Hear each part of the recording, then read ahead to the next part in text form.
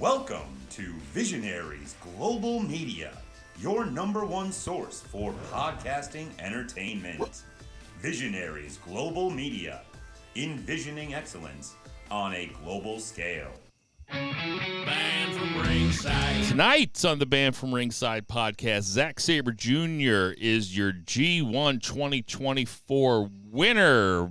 Roman Reigns gets taken out by Jacob Fatu. Daniel Bryan drops a couple F-bombs on television. And we have your AEW All-In predictions. That and a whole bunch more tonight on the Band from Ringside podcast. How much did Tony have to pay for that one?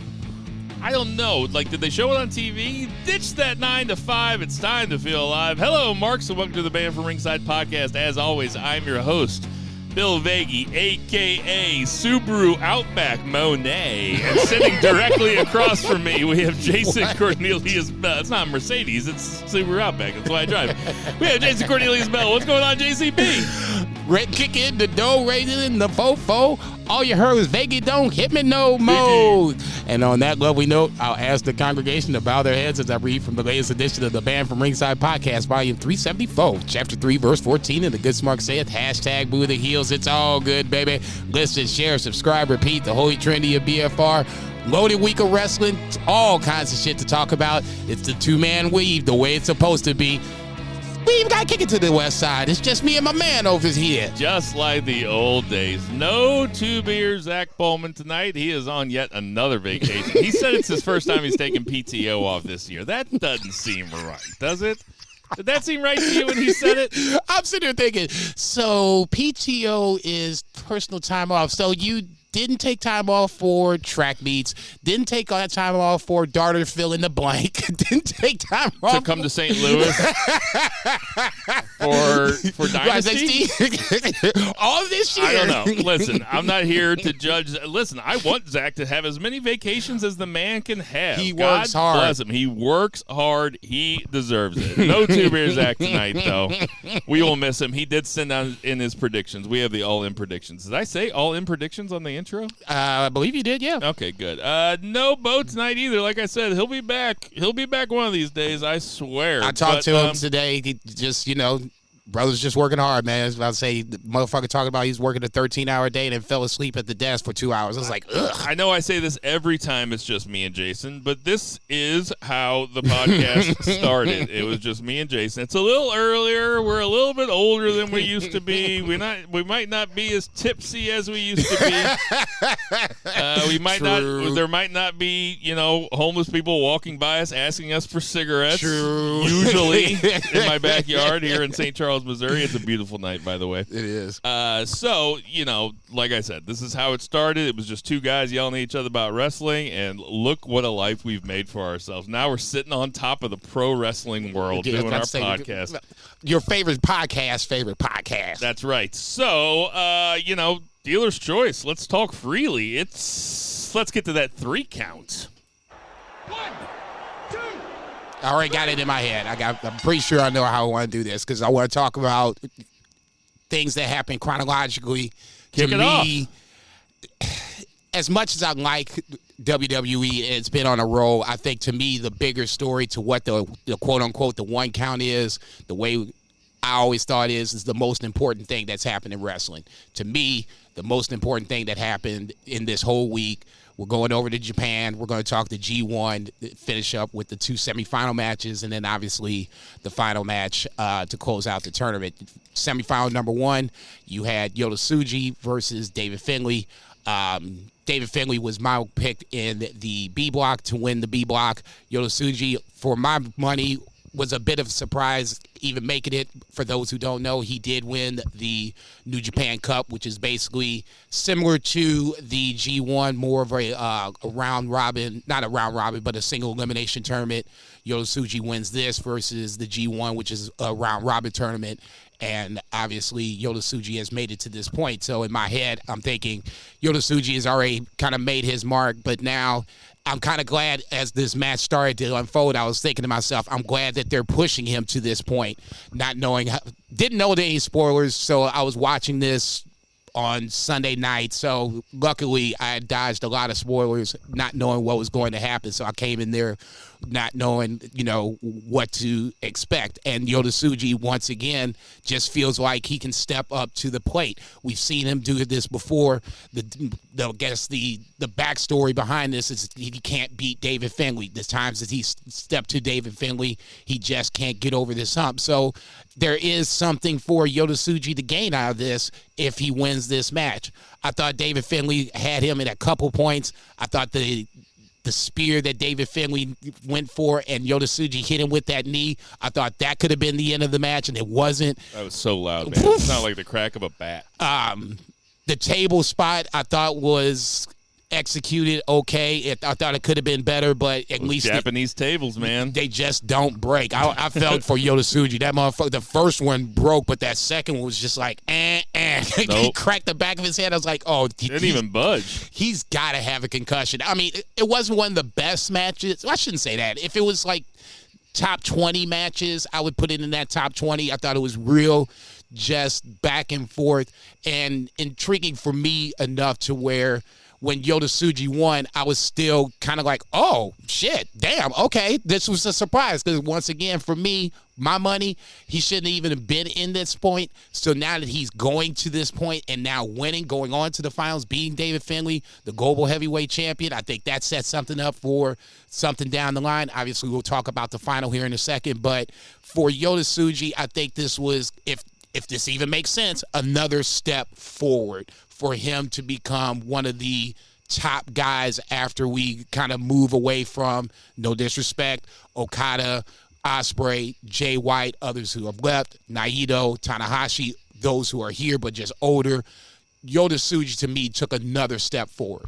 I'll start with Finlay because this was the end of his tournament. He had a very, very good tournament, above average.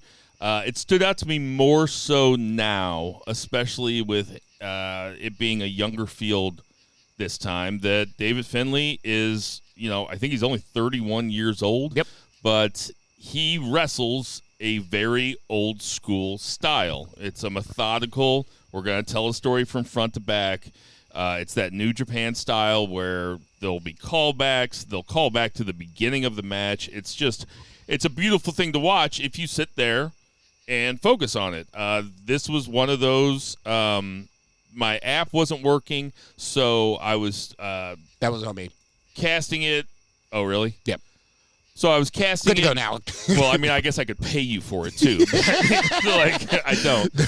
So, so I was casting it from my phone. So, you can't dig around your phone. So I was just sitting there Friday night by myself, watching it, focusing on it, and man, it was a methodical, very good match. Mm-hmm. It's not gonna set the world on fire, but it is. But you can't have any complaints about it. No. I'll say this. Tip to hat to David Finlay. I agree with everything you said about his tournament. Above average, good matches. Some better than others. Takeshita is always going to be that one, but both Yota Tsuji matches I thought were really good too. Both Yota Tsuji matches were good. That brings us to Yota Tsuji. I never once thought that Yota Tsuji was going to lose this match. I said it last week on the podcast. I was like, I am sure. I said that I had more faith in Yota Tsuji beating Finlay than Sabre Jr. beating Shingo, and nothing in that match changed my mind. I knew that Yota Tsuji was going over. There was a lot of talk about a year ago about the Three Musketeers, Shota Umino, Ren Narita, and Yota Tsuji. New Japan put that out, clearly as something that other guys could work off of, to cut promos off of, guys like Gabe Kidd. Yuya's always the guy that's kind of left out that, oh, wait, why isn't he in there? And since then, it hasn't really been the Three Musketeers. It's been Yota Tsuji and the other two guys, because Yota Tsuji won the New Japan Cup. He got that title match. I mean, I know that Shota had a title match against Moxley, but it felt different because they had storyline going back. Yota Tsuji, as I said last week, first time I ever heard of him was, I think it was Sakura Genesis, or was it Dantaku, when he fought Sanada, and I was like, why is this guy getting a title shot? So since then, this is one of those things in wrestling. It's like, never heard of the guy, a year ago. And now I'm like, well, Yota Tsuji is the future.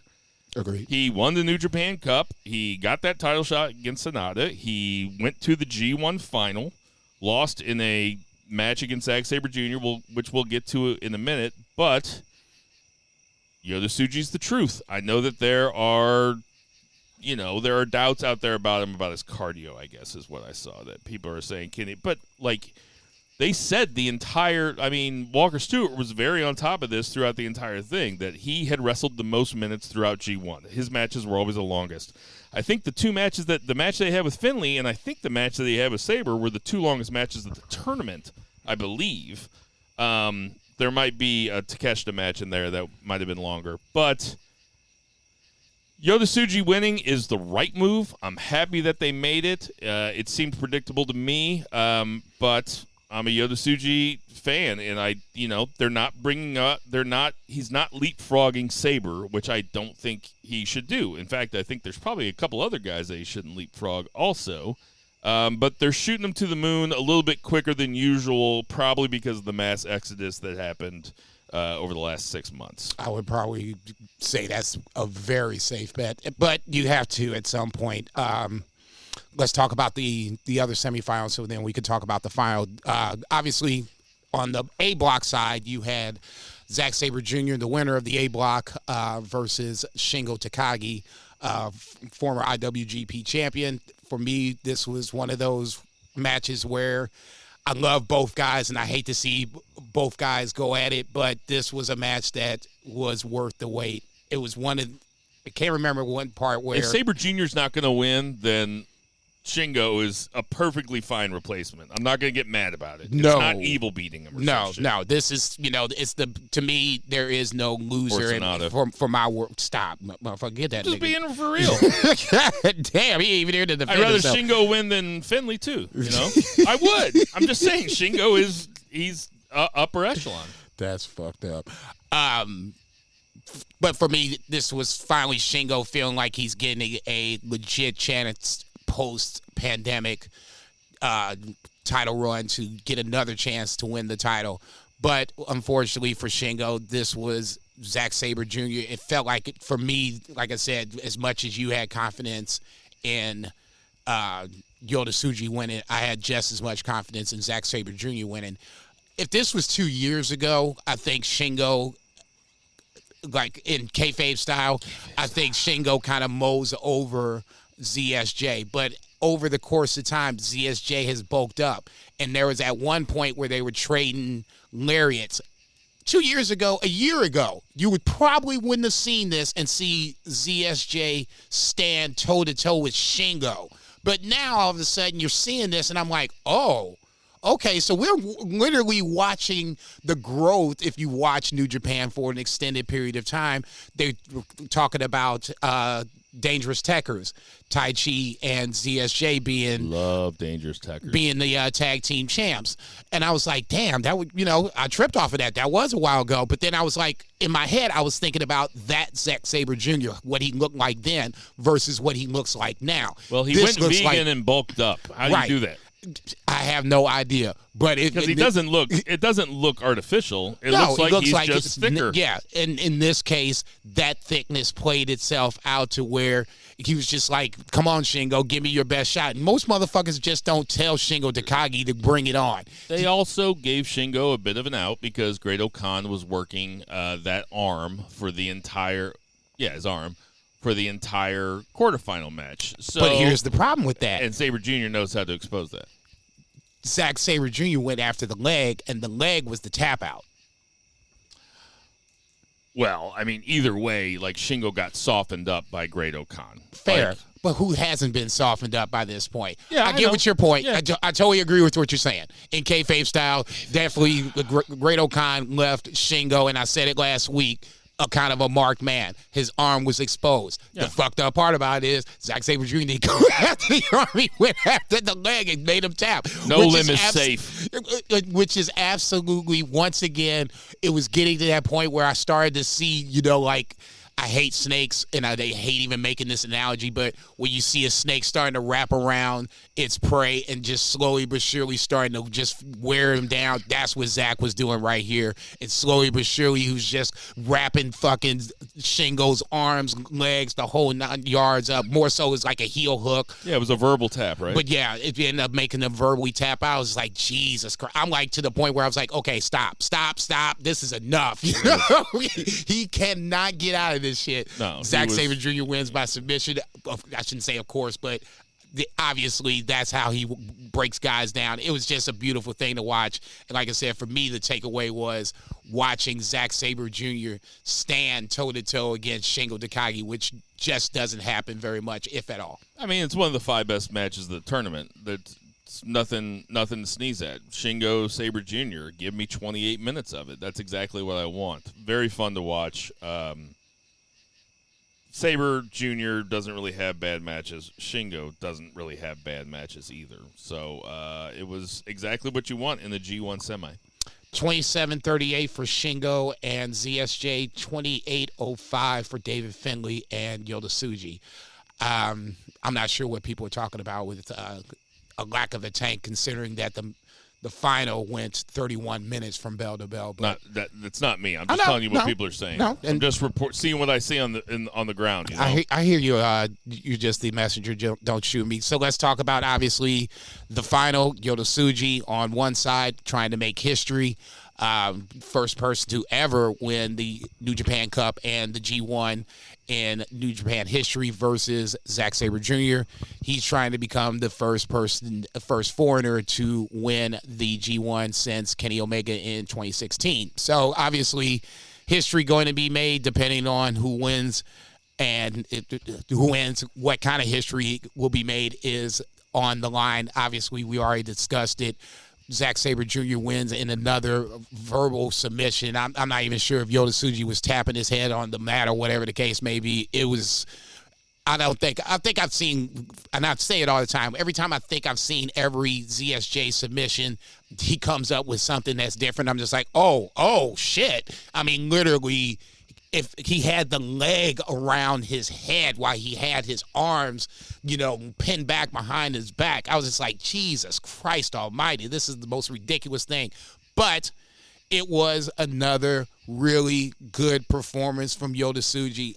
I don't think that this was better than the semifinal match. For me, the semifinal match I thought was a little bit better just because it felt a little more physical, if that makes sense.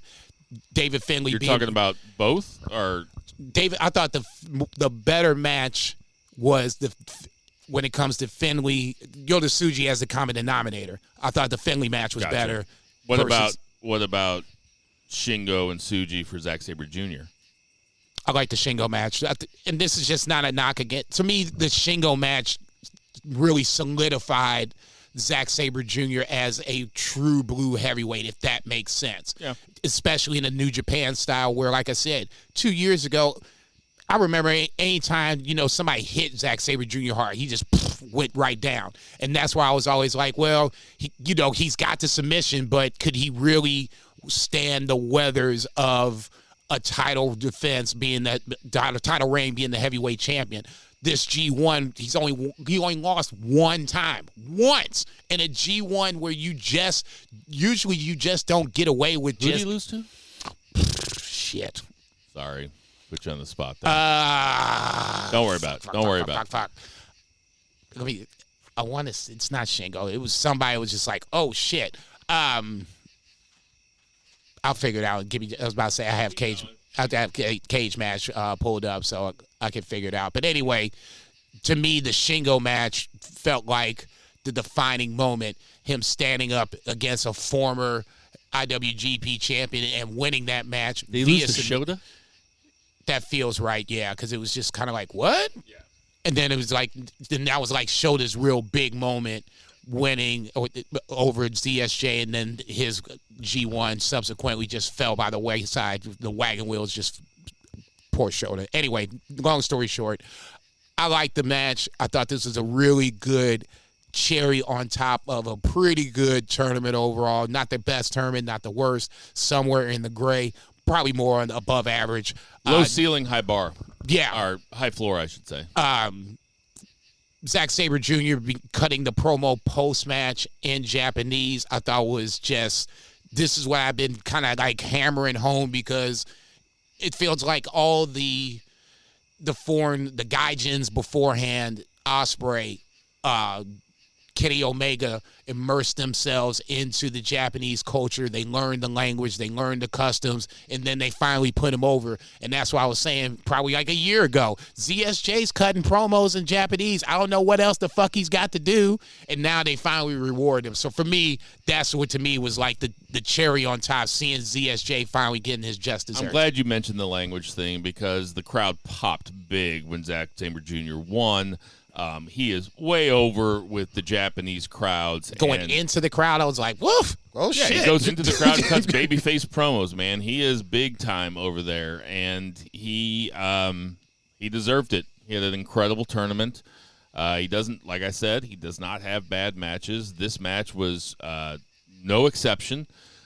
They got me a couple times. I thought Yoda was going to win. It looked like, I was like, oh, fuck, Yoda's winning this. But nevertheless, Zack Sabre Jr. Which would have set up, obviously, sorry, I didn't mean to cut you off, but Yoda winning, at least you have that doubt where you have LIJ versus LIJ, which was talked about throughout the tournament. That's what Naito wanted. Okay, fair enough. So you got LIJ on one side, and then, on the other, you have the guy that was probably the prohibitive favorite coming into this motherfucker, trying to make his mark in history and do his thing. So for me, that's where the tension was. I wasn't sure who was going to win when I was watching it. And like I said, didn't know who won. But it was enough times where I thought, damn, they're going to pull the trigger on Yota Tsuji. This is going to be real interesting to see how this unfolds. Now, obviously, with Zack Sabre Jr. winning, we all think the G1 winner, at least throughout history, recent history, Walker Stewart made a really good point that Okada was one of the first, if not the first, to make the G1 winner the title match at Wrestle Kingdom. Zack Sabre Jr. It's only been a thing since 2012. And that was Okada. So Zack Sabre Jr. going off script, he's going to cash in his chance at the IWGP Championship at King of Pro Wrestling on October 14th, which I love the fact that he's breaking custom for it. And more so, it makes me feel like Naito's time with this title is coming to an abrupt halt. Not necessarily saying that I wanted to, but I just think it's time to do so. There is so much more you can do with Zack Sabre Jr. as champion at this point than you can ever do with Naito. So, there's probably a few reasons why they are pushing this match up to King of Pro Wrestling, which is in October. So they're pushing it up 3 full months, pretty much, 2.5, 3 months. 2.5. My first thought was they're doing this because Naito is hurting. Cooked. Yes. Yes, that he is done. And they probably don't want to have him wrestling like he's wrestling, fighting 2 more title matches between now and Wrestle Kingdom if we're going to get to Zack Sabre Jr. versus him. I mean, he'd have at least 2 more title matches. Shit, he lost 3 times.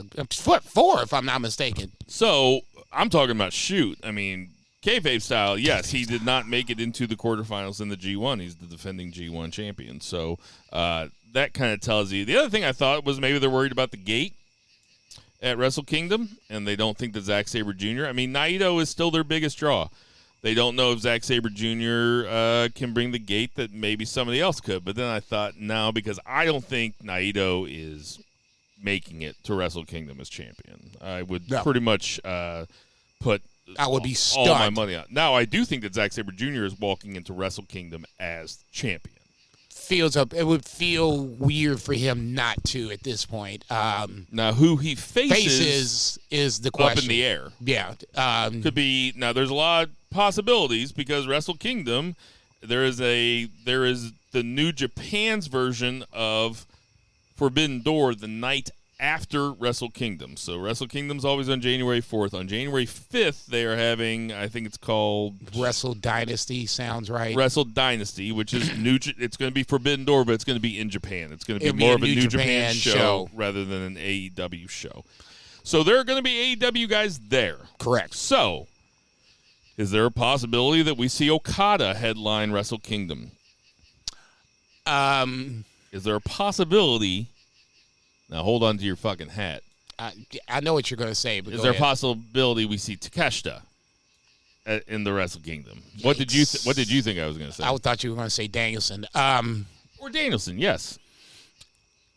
It will be very interesting to see how they play it. If I had to take the guess, Wrestle Kingdom will be Zack Sabre Jr. as champion versus someone that is currently on the New Japan roster.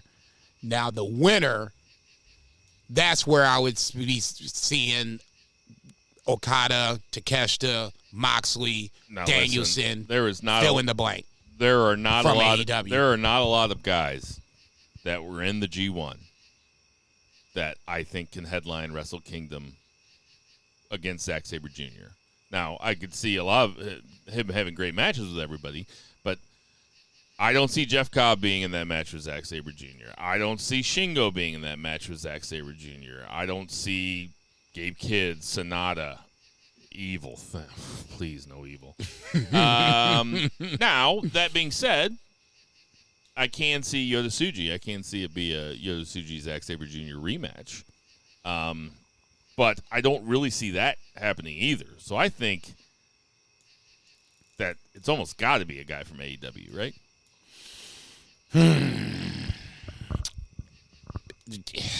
Saying it like that does make it an issue, and that's kind of the problem of New Japan right now. They didn't elevate guys when they needed to elevate them. I'm still not you. Well, no, that wouldn't make sense either.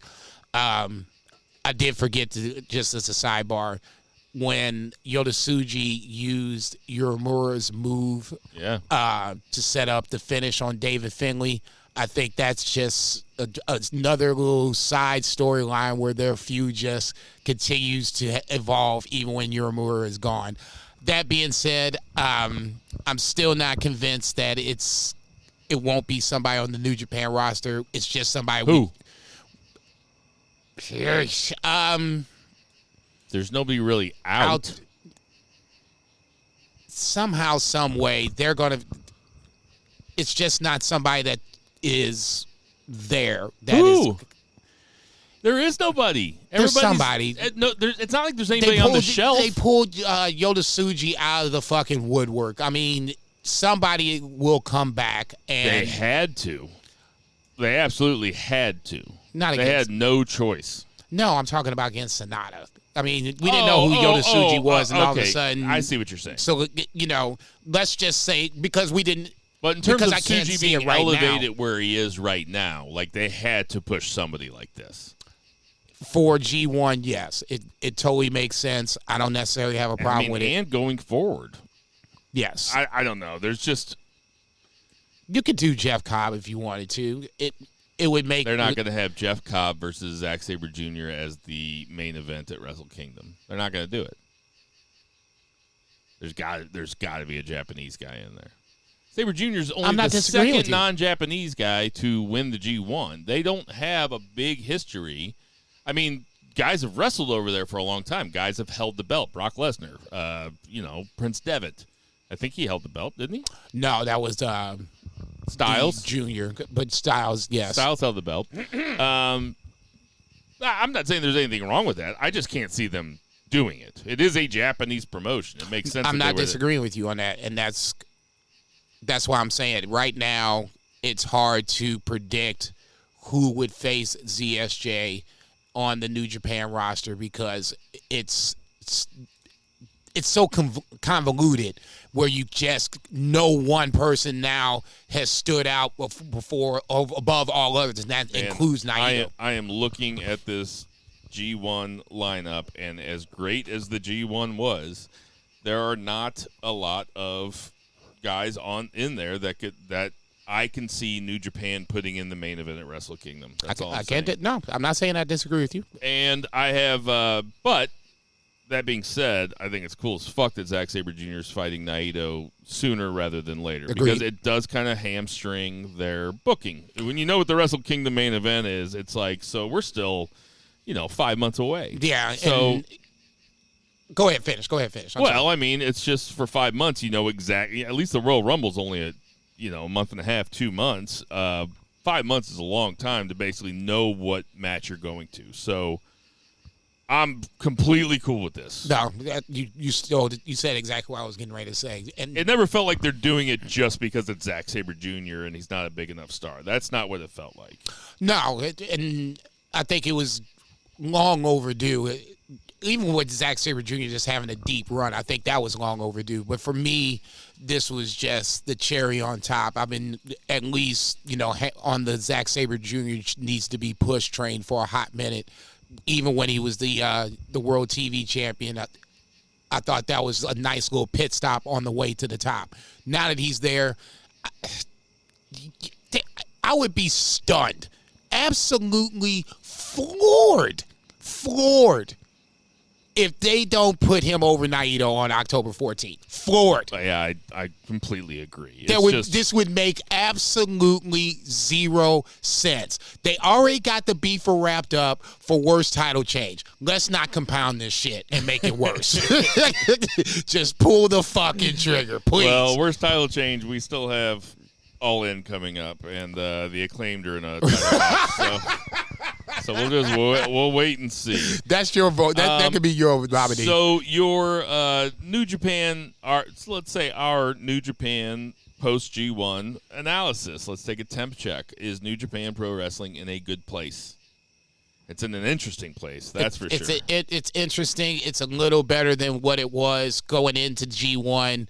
I really wasn't feeling New Japan. I'll be the first to admit that. And as the New Japan mark, it's hard for me to say that. Post G1, now I'm curious. You have at least Naito, ZSJ going forward. What happens? The absolute right guy won the G1.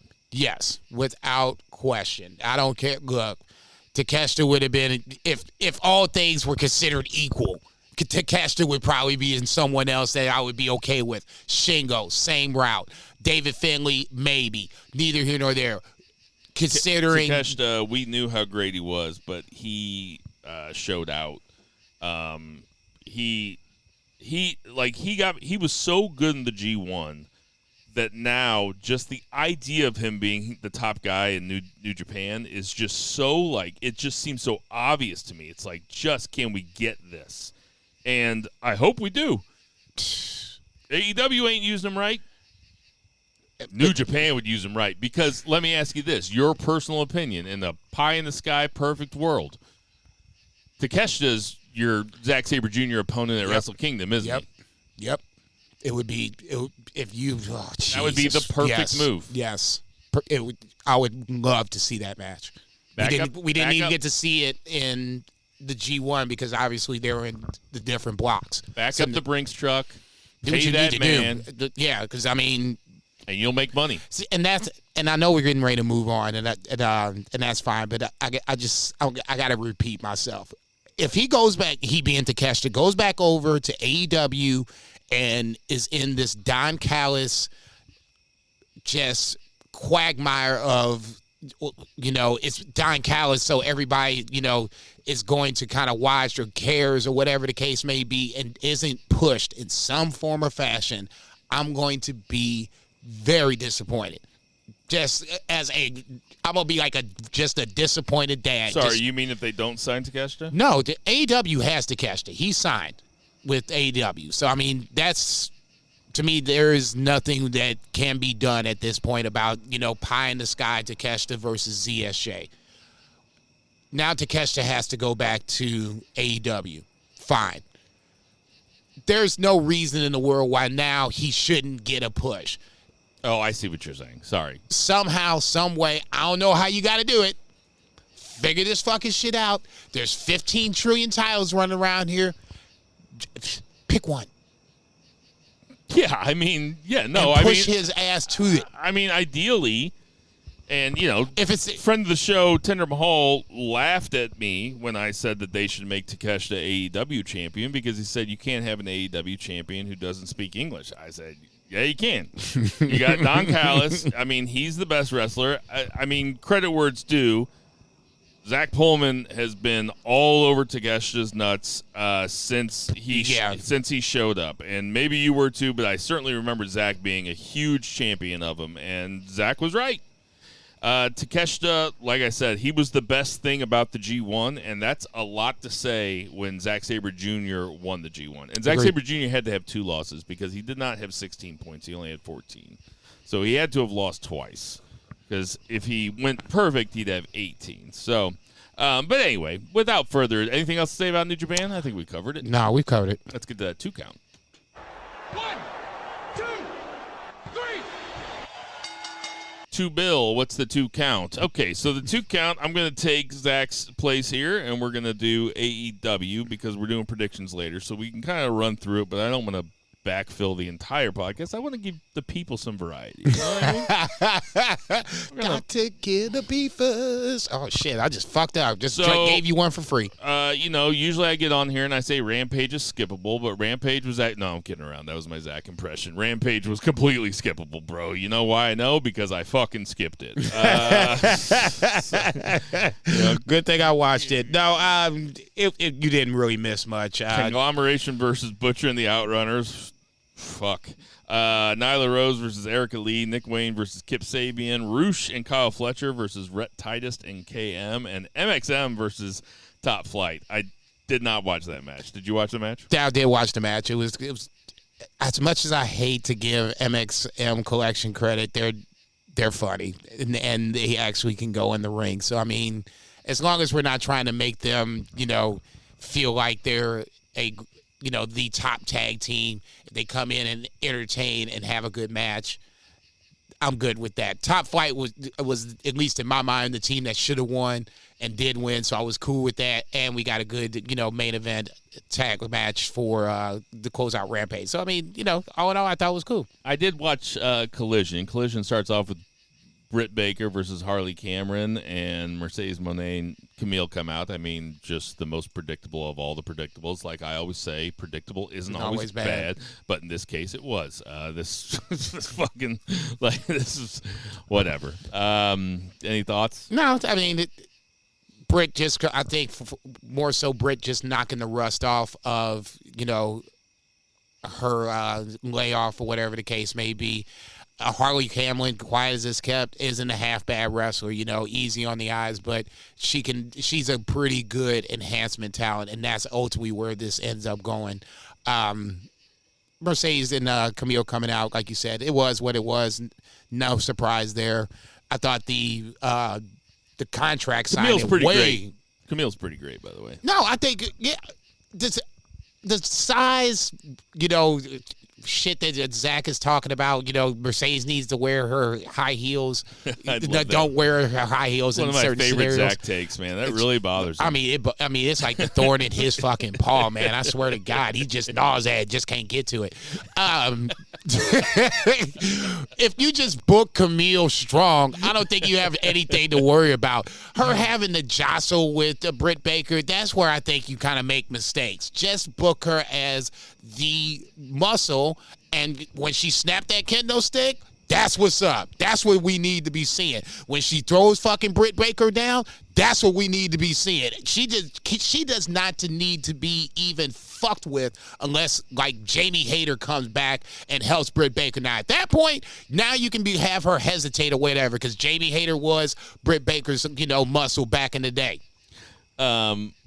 Up next, we have new Ring of Honor Tag Team Champs. It was exactly who I've been saying it's going to be forever now. I was like, fuck? Dustin Rhodes and Sammy Guevara, otherwise known as Naturally Guevara. They beat the Kingdom, and they are your new Ring of Honor Tag Team Champs. Dustin Rhodes wins belts in Texas. Good for him. Crowd popped. What do you think? The fuck? What the fuck is right, dude? Really? So let me get this straight, because that's basically, I was like, what? I would be lying if I thought that the Kingdom wasn't going to win this. I just thought this was going to be a story, and maybe it will be a story of Dustin and Sammy Guevara now as ROH Tag Team Champions. Dustin Rhodes, 2024 double champion. If you had that on your wrestling bingo card, you might want to go play fucking Show Me. Wrestling has more than one royal family. But only one of them is a double champion. Don't get me wrong. I like the match. I thought Sammy and Dustin had pretty good chemistry. I like the Kingdom as a team. I think they're really underrated. The fact that they lost this match even makes me, reinforces that, because I thought they got a really good match out of Sammy and Dustin. Dustin Rhodes is such a well-polished professional wrestler that he's almost like better in a tag. He's the natural. He should be the professional, because no matter where you drop him, he can come in and have a professional match any place, anytime versus anybody. But that being said, that's an insane title change.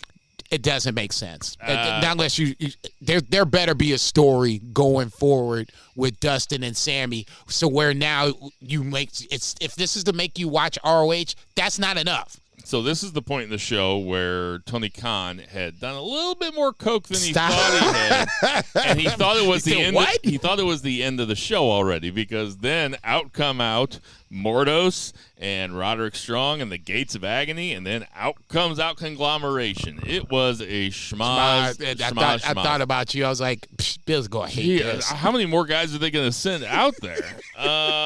Jericho cuts a promo next. Hologram versus Angelico in a match another match that just means nothing. I was jump ahead a little bit. NXT has a masked guy, Axiom, who is involved in stories and who gets to talk on the mic. And I know that he is an English-speaking person, and it's different for luchadors in Collision, but I'm going to keep hammering this until it switches, or until I get tired of hammering it, or until he stops putting Hologram and guys like him on TV every week with no build-up, no story, no nothing. They are just Hologram is just wrestling matches, and you look at what NXT is doing with Axiom. Axiom's over. Axiom gets a reaction when he comes out. And I know the NXT crowd is easy, but it's just This is a nice match to watch for the sickos out there, to use Tony Khan's phrase. It just, I know what you're saying. Like, Axiom, the common denominator is they're both luchadors, masked luchadors.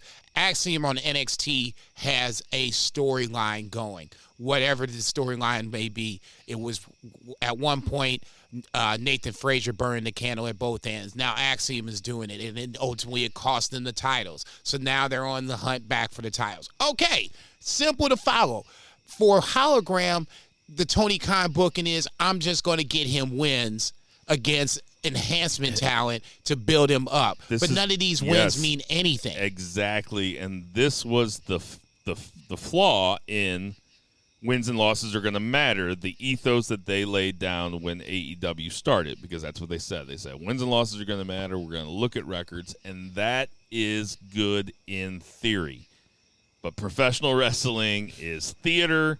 It thrives on story. You can book for the sickos if you want to. It's your which is fine. Tony Khan, it's your sandbox, dude. You are playing in it any way you want to. You earned your money, and you that's a joke. But you are fucking you're spending it. It's your money. You're spending it. I'm just saying that's a whole lot of words to say this did nothing for me. I agree totally. It's just he does not Hologram does not even stand out more than he doesn't. And he's fill incredible. In the blank. No, he's really good. It's just, I mean, we've seen this story before. Can somebody just jump him? Jump him after the match. That's what I want to see. At this point, he needs a rival. Somebody that is going to give me a reason to care. Or you have him come up and you have him win a belt immediately, and like it's a complete surprise. You put him over as an underdog, and then whoever he won the belt off of just beats the fuck out of him, and then you have 2 months worth of story right there. You can do that too if you really want to get a guy over and separate one of your many luchadors that moonlight in AEW, if you really want them to stand out from the pack, you got to book them strong. And I'm not talking about strong like he gets a bunch of wins against people that also moonlight in AEW. Right. I'm saying he beats some. They do the action Andretti, except they follow through with it, and it's for a belt. Have him come up and beat Jungle Jack Perry, and then have the Bucks fucking beating the shit out of him. It's just there's a very at least with that I'll be like, okay, well, damn, ain't somebody gonna come out and help this motherfucker? I'm just spitballing. No, and that makes total sense. Just because now the Bucks have my attention, they have my peak. They peaked me to the point where now I'm like, okay, these are guys that I care about, and now they're jumping Hologram. All right, so who's gonna come out and help Hologram from the back? Right there. Now I'm like, you got me because now you make me care about something. Versus Angelico, God bless him. I like him as a wrestler. He's a poor man's ZSJ. Nobody really knows, and nobody really cares. Up next, they have a very effective vignette about the Tiger Driver 91. They should have done this a month ago because this was told the history of the move, told of the danger of the move, the shoot and kayfabe danger of the move, and why Will Ospreay is so reluctant to use it. It showed a bunch of Tiger Driver 91s of shit where you watch it and you're like, well, that guy broke his neck. That guy broke his neck. They do it much safer now. They do it much safer now than they used to, kind of like how the Walls of Jericho turned into just basically a crab. Boston crab. So, but anyway, not that was a dangerous move, but apparently it hurt a lot more.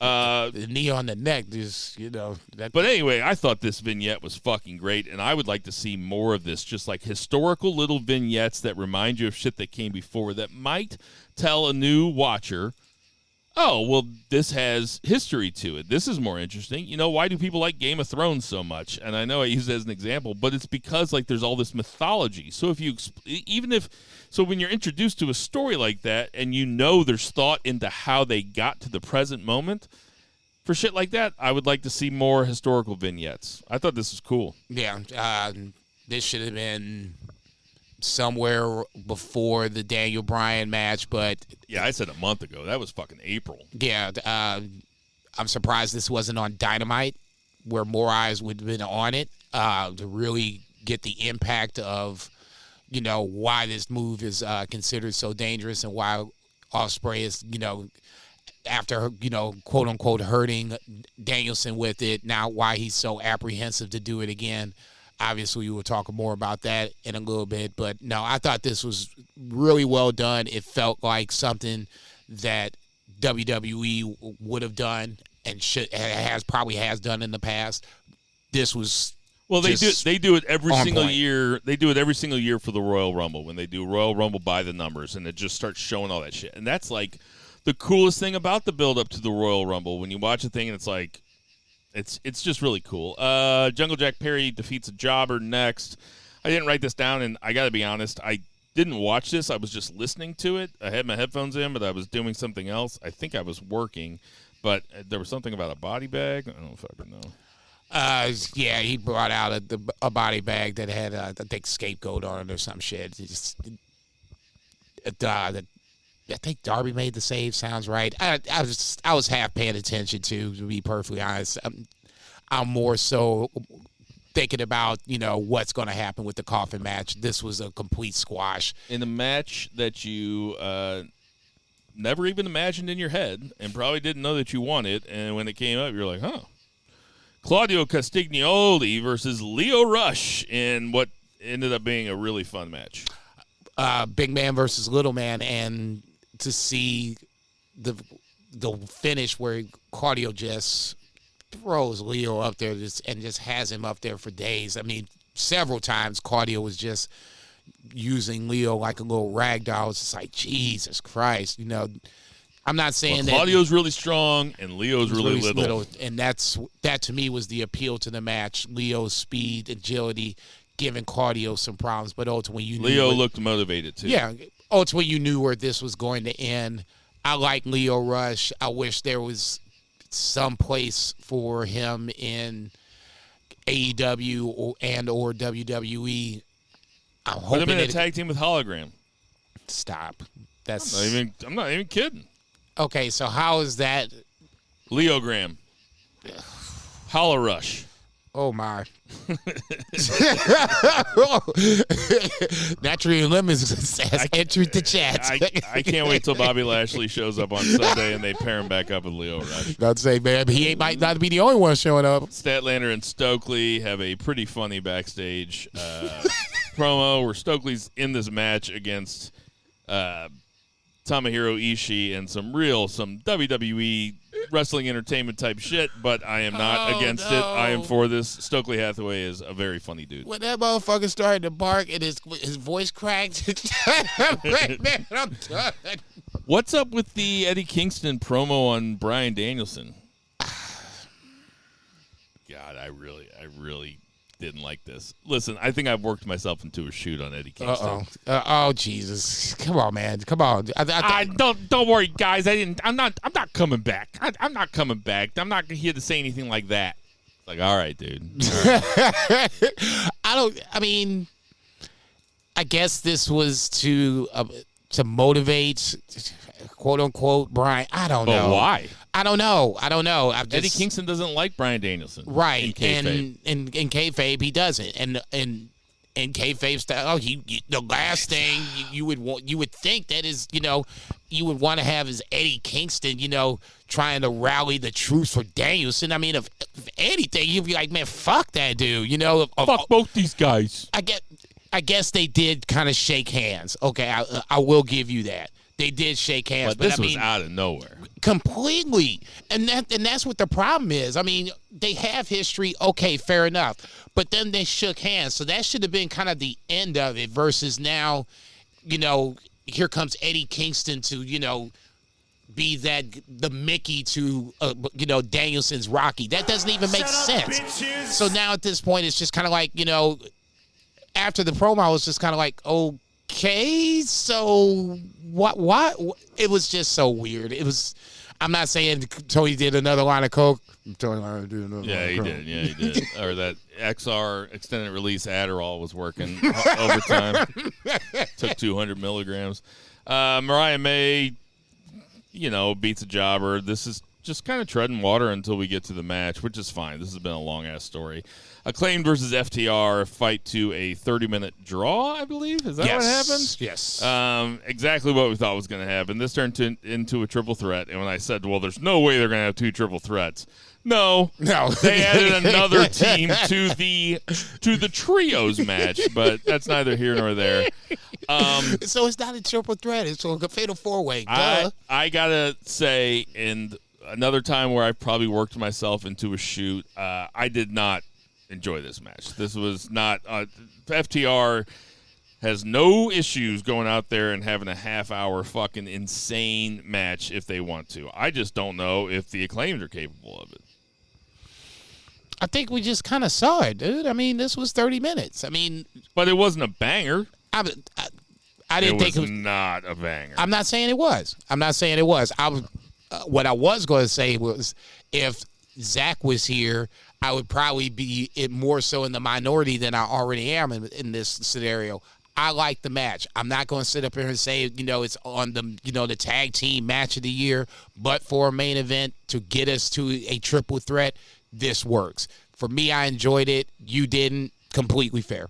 So, and then Christopher Daniels is there to say, well, now it's a triple threat. Okay, so we got exactly where we thought we were going to get.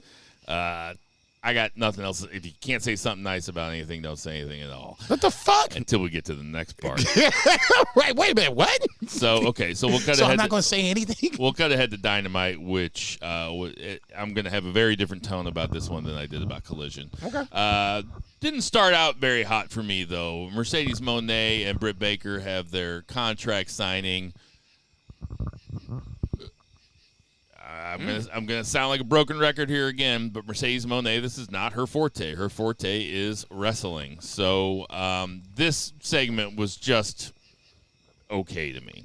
I thought Britt carried the segment. I thought Mercedes was not necessarily a punching bag, but more so of an easy target. And Britt telling the story about, how essentially Mercedes is sold out to, the Bucks, whomever you want to call it, for the most money, to pay the most money in the AEW history for a woman. It was an easy way to make it good guy, bad guy if it wasn't already so to begin with.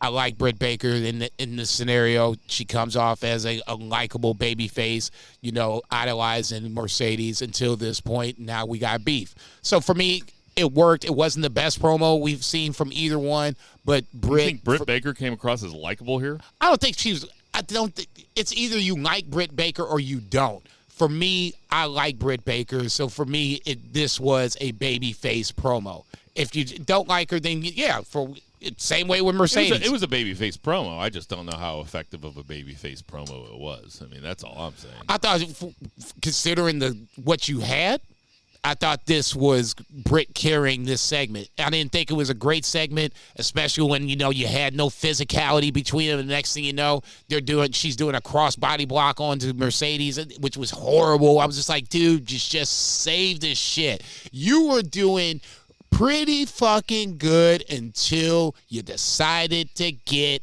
cute. Now you fucked it up. That, to me, was the problem. If you're going to say no physicality, then don't let him touch.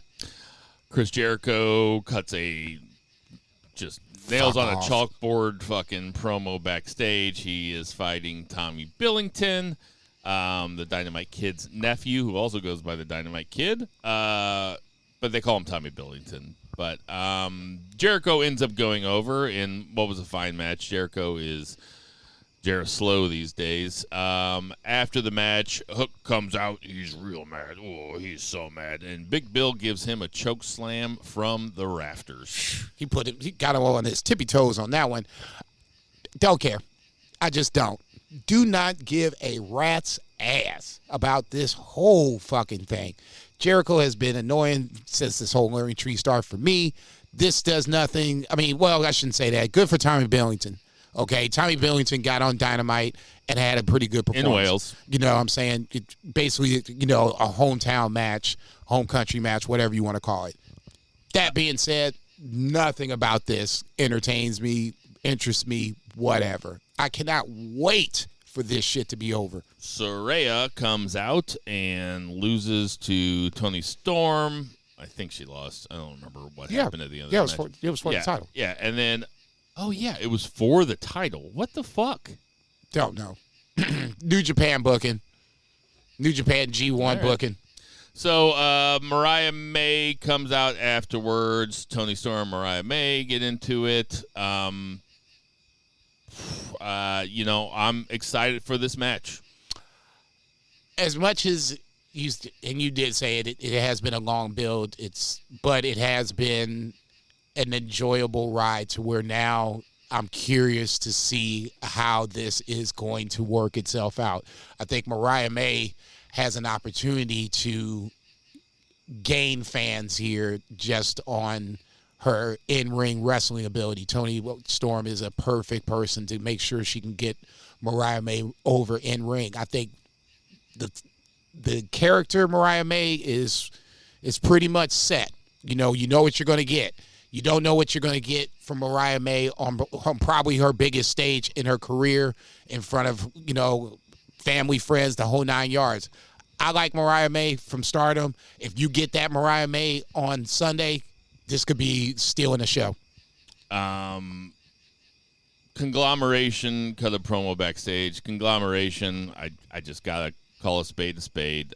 This is a little too jokey for me. This is such a random group of people. Even the name is supposed to be a joke. It is Mark Briscoe, Kyle O'Reilly, Orange Cassidy, Willow Nightingale, and Tomohiro Ishii. These guys are the conglomeration. Okay, looks like Mark Briscoe does most of the talking. I'm watching Kyle O'Reilly there. He's wearing khaki shorts. He looks like me at my kid's barbecue last Sunday. And I'm like, man, this guy is so charismaless. And then he does a British accent. And I'll tell you what, it was a pretty good British accent. Yeah, I was and it got me to thinking, if I had the pencil, I would have Kyle O'Reilly start talking in the British accent and have nobody mention why he does it.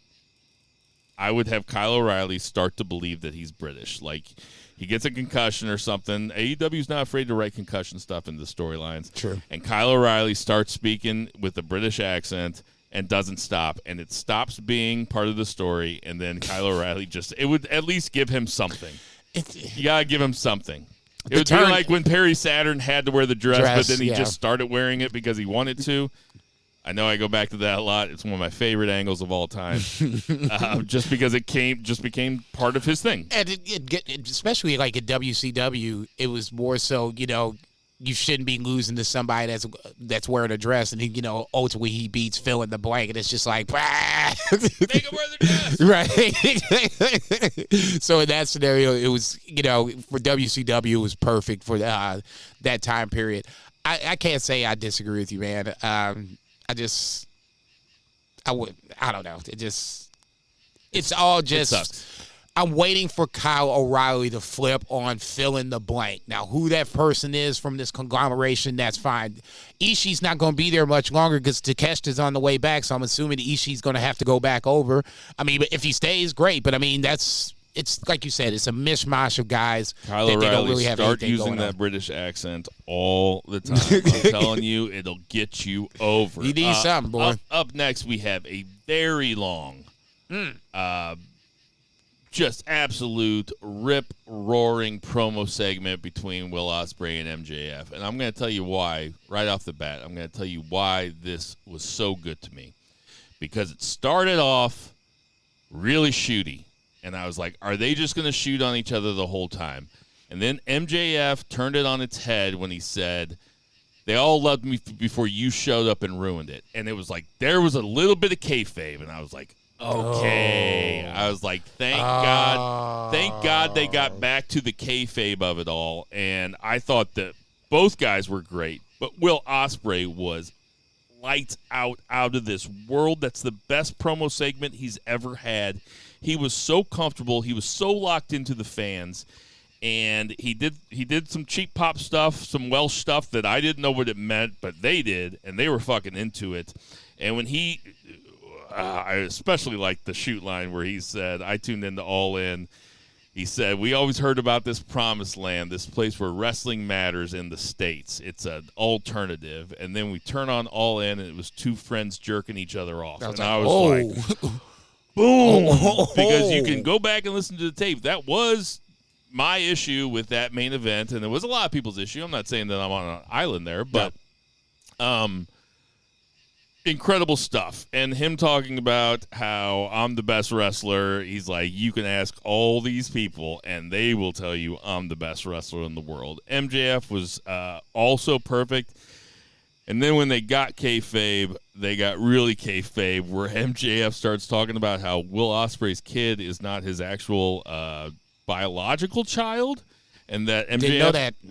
I did, but it seemed that's a pretty raw thing. That's even more raw. That's where I was just like, I started to lean forward. I was like, That's even more raw than the Christian making fun of dead dads thing, because dead dads, they were adults. They had their time, Kids, it's just a little rough, And then he said, after the conversation I had with your wife backstage, your next child's not going to be yours either. And I was like, oh, shit. Jason, I'm telling you, this is not an exaggeration. I cackled. That to me is so funny and so heelish, saying, yes, I knocked your wife up right before I came out here. That is, to use your phrase, that is comedy fucking central. Oh, my dude. God. I laughed so hard. This was pro wrestling at its best. Oh, my God. This is, I mean, if there's not segment of the year, promo of the year, if we could give it to two people, this needs to be somewhere. I mean, there are beefers. Okay, I'm just saying, if we don't have a segment of the year, we probably need to make one and put this Joker on it. It was riveting right from the start to see Will Ospreay and basking in his glory, coming back as the hometown hero. MJF not saying a word and just letting Will just rattle this shit off and just finally just taking the mic and coming back. You know, basically talking about the kangaroo kick when he was talking about that shit. I was like, that made me cackle. I thought both guys did an amazing job. We expect that from MJF. Yeah, That's it's another in a long, long line of MJF promos, and not only that, but MJF one-on-one segments that are just like the best thing of the week. You go back to him and William Regal, you go back to him and Punk, you go back to him and Daniel Bryan, you go back to him and Adam Cole. I mean, truly, we parse every single sentence on this podcast, and we do it every week, so we can get a little I can get a little lost in the weeds on, literally what a generational talent MJF is. I think the surprise was to see Will Ospreay stay. He was on par, even getting his own shots in, to where now it's like, oh, shit, Will's over here swinging too. So, and that's rare when you see someone under the MJF spotlight not wilt under said spotlight. Well, he shined under that spotlight. We're talking about a guy who has been pretty unanimously the best wrestler in the world for the last 2 or 3 years. That's two for sure. I'm being, 2 for sure. And we're watching him add another A-plus element to his game. This was something that we knew that he was a fine promo. You don't get to show that off as much in NJPW. When you get over to the States and you're in sports entertainment land, which is what AEW is, essentially, it's not WWE, but there's sports entertainment element. This was a very long promo, and we are living through his prime, and Daniel Bryan's another guy who was the best wrestler in the world, could also carry a segment from front to back and would be great as a heel or a babyface. Oh. We're watching a guy who, when it's all said and done, could be on a lot of Mount Rushmores, and I don't think that is that out of the realm of possibility. If I live to be 70 years old and I spend 50 years of it watching wrestling like the way I do now, it's not unheard of to think that, at age 44, I'm watching the best wrestler I've ever seen. And I know, not saying he is. No. Just it's your opinion right now, and I agree with it. Right now, if you made me put gun to my head and say who's the best wrestler in the world right now, I'm gonna say Will Ospreay, and that just is what it is. It's no way around it. No, it's a slam dunk. Stop. But that being said, I know some AEW sexuals are probably going to have a problem with putting AEW and sports entertainment in the same sentence, and I kind of get if there is a problem, I kind of get that. I'll just flip it by saying this. For me, this is just a build for a big time match on their biggest show of the year. So at some point, like Cena said to Roman Reigns, "Hey, big dog, you're gonna have to get on the mic, and you're gonna have to do this." So Will Ospreay was gonna have to talk at some point. To me, the surprise was how he flourished in a scenario where others have melted. It ends where Will Ospreay says to Tony Schiavone, "You have Tony Khan in your ear. What's the fine for hitting MJF?" And he said $100,000 or 120,000 pounds or something like that. And Will Ospreay said it's worth it, and he attacked MJF. So we'll get to our predictions in a little bit. But segment was a knockout. Yeah, Will Ospreay getting knocked out at the end of the segment too by the Diamond Ring. But this was, like I said, for me, on the short list of promo of the year, segment of the year, whatever you want to call it. Both guys, I thought, stepped up to the plate. And I wouldn't even say that. MJF was MJF. Will Ospreay stepped up to the plate. Up next, Hangman is back there with Renee, and Hangman's mad. Oh, he's so mad. And anybody who gets in his way, he's going to take out. And then he just pulls Evil Uno aside. Evil Uno, professional wrestler plying his trade. Go ahead and get yourself some money. Gets a segment, and he gets Hangman beats the shit out of him. We're going to get to our gauntlet match predictions later. What you think about the segment? For the unhinged Hangman page, I thought it was perfect. It's either title or bust, and anybody that gets in his way. There was a time where the Dark Order was a sympathetic team in this Hangman Page storyline where, he's leaving the Dark Order behind, he's going over and being with the Elite and blah, blah, blah. That sympathetic figure is long gone. I mean, he beat the dog shit out of Evil Uno just to prove his point. Hangman Page, the unhinged Hangman Page is one to watch, at least for me. I'm all about this heel turn. Claudio versus Okada. I don't know what I was thinking. I guess I was forgetting that this was a go-home show, and I was surprised that this wasn't the main event. But Claudio and Okada fight to a 20-minute draw in what I thought was a pretty okay match. They didn't really... Usually it takes 20 minutes for Okada to get going, if we're being honest. But you say 20 minutes? Shit, I'm just warming up, man. Like, what the fuck? Zach ain't gonna like that one. But they fight to a 20-minute draw. Young Bucks come out and says, "Hey, do you want to see him fight 5 more minutes?" And the crowd was like, "Yeah, but we know you're not gonna give it to us." Right, It's like the crowd was too smart for that. Good on you, Wales. What you think about the match? I like the match, man. For me, it wasn't a match that. And like I said, I just really wish that they'd have just waited and put this Joker on the show. The 0 hour match can go away. I don't give a fuck. But anyway, I thought it was an entertaining match just to see Claudio and Okada in the ring at the same time. I didn't even realize 20 minutes were going by until they said 1 minute left. And I was like, son, bitch, wait a minute. This feels awfully short. And then they started talking about the 20-minute time. I'm like, you motherfuckers. When you really think about it, it is fucking heinous that Okada is not fighting at all in. It is heinous. He is healthy. You have Okada on your roster. You are filling Wembley Stadium, and Hook gets a match, and Okada doesn't. I got nothing, man. That's kind of the reason why I thought this was going to should have been on the All In show. If you wanted to make it a 20-minute draw and then, do this same finish, you want them to come out, no, and then have this bleed into the triple threat title match, fine, okay? But I never thought about it until you just said it. Okada not being on arguably their biggest show is criminal. It makes no sense. Zero.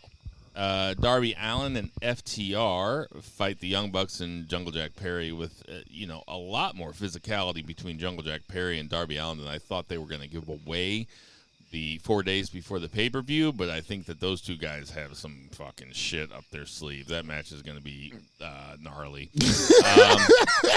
You put me on fire, motherfucker. Darby and FTR end up going over, and, the Acclaimed, I didn't even talk about the Acclaimed promo that was on Collision.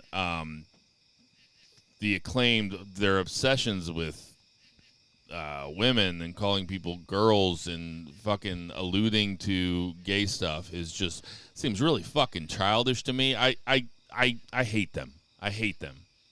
I fucking hate them. Tell us how you really feel, motherfucker. I hate them. I can't. They have go away heat with me. I am not that. It is not that serious with me. A part of me thinks there might be a heel turn happening because it feels their energy is different. It's not a happy-go-lucky.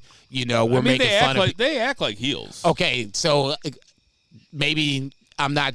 That makes me feel better because for me, like I said, their energy is just different.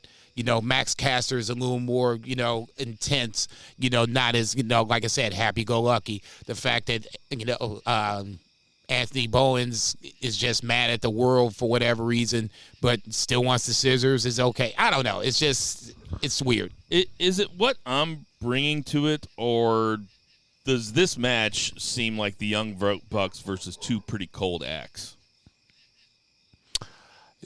I can't disagree with you. FTR is who they are, but they haven't been around for a while for whatever reason. The Acclaimed, like I said before, they had they've been gone for a while, not in this 6-man, trios world, now just coming back. They won the title match. We waited a long time for the actual match to happen, and now it just so happened 2 weeks ago, maybe 3 weeks ago, and now but it was just close enough for the start of the build to All In. So now there feels like they're heating up. FTR is one of those teams, it feels like they can just throw them in there and be done with it.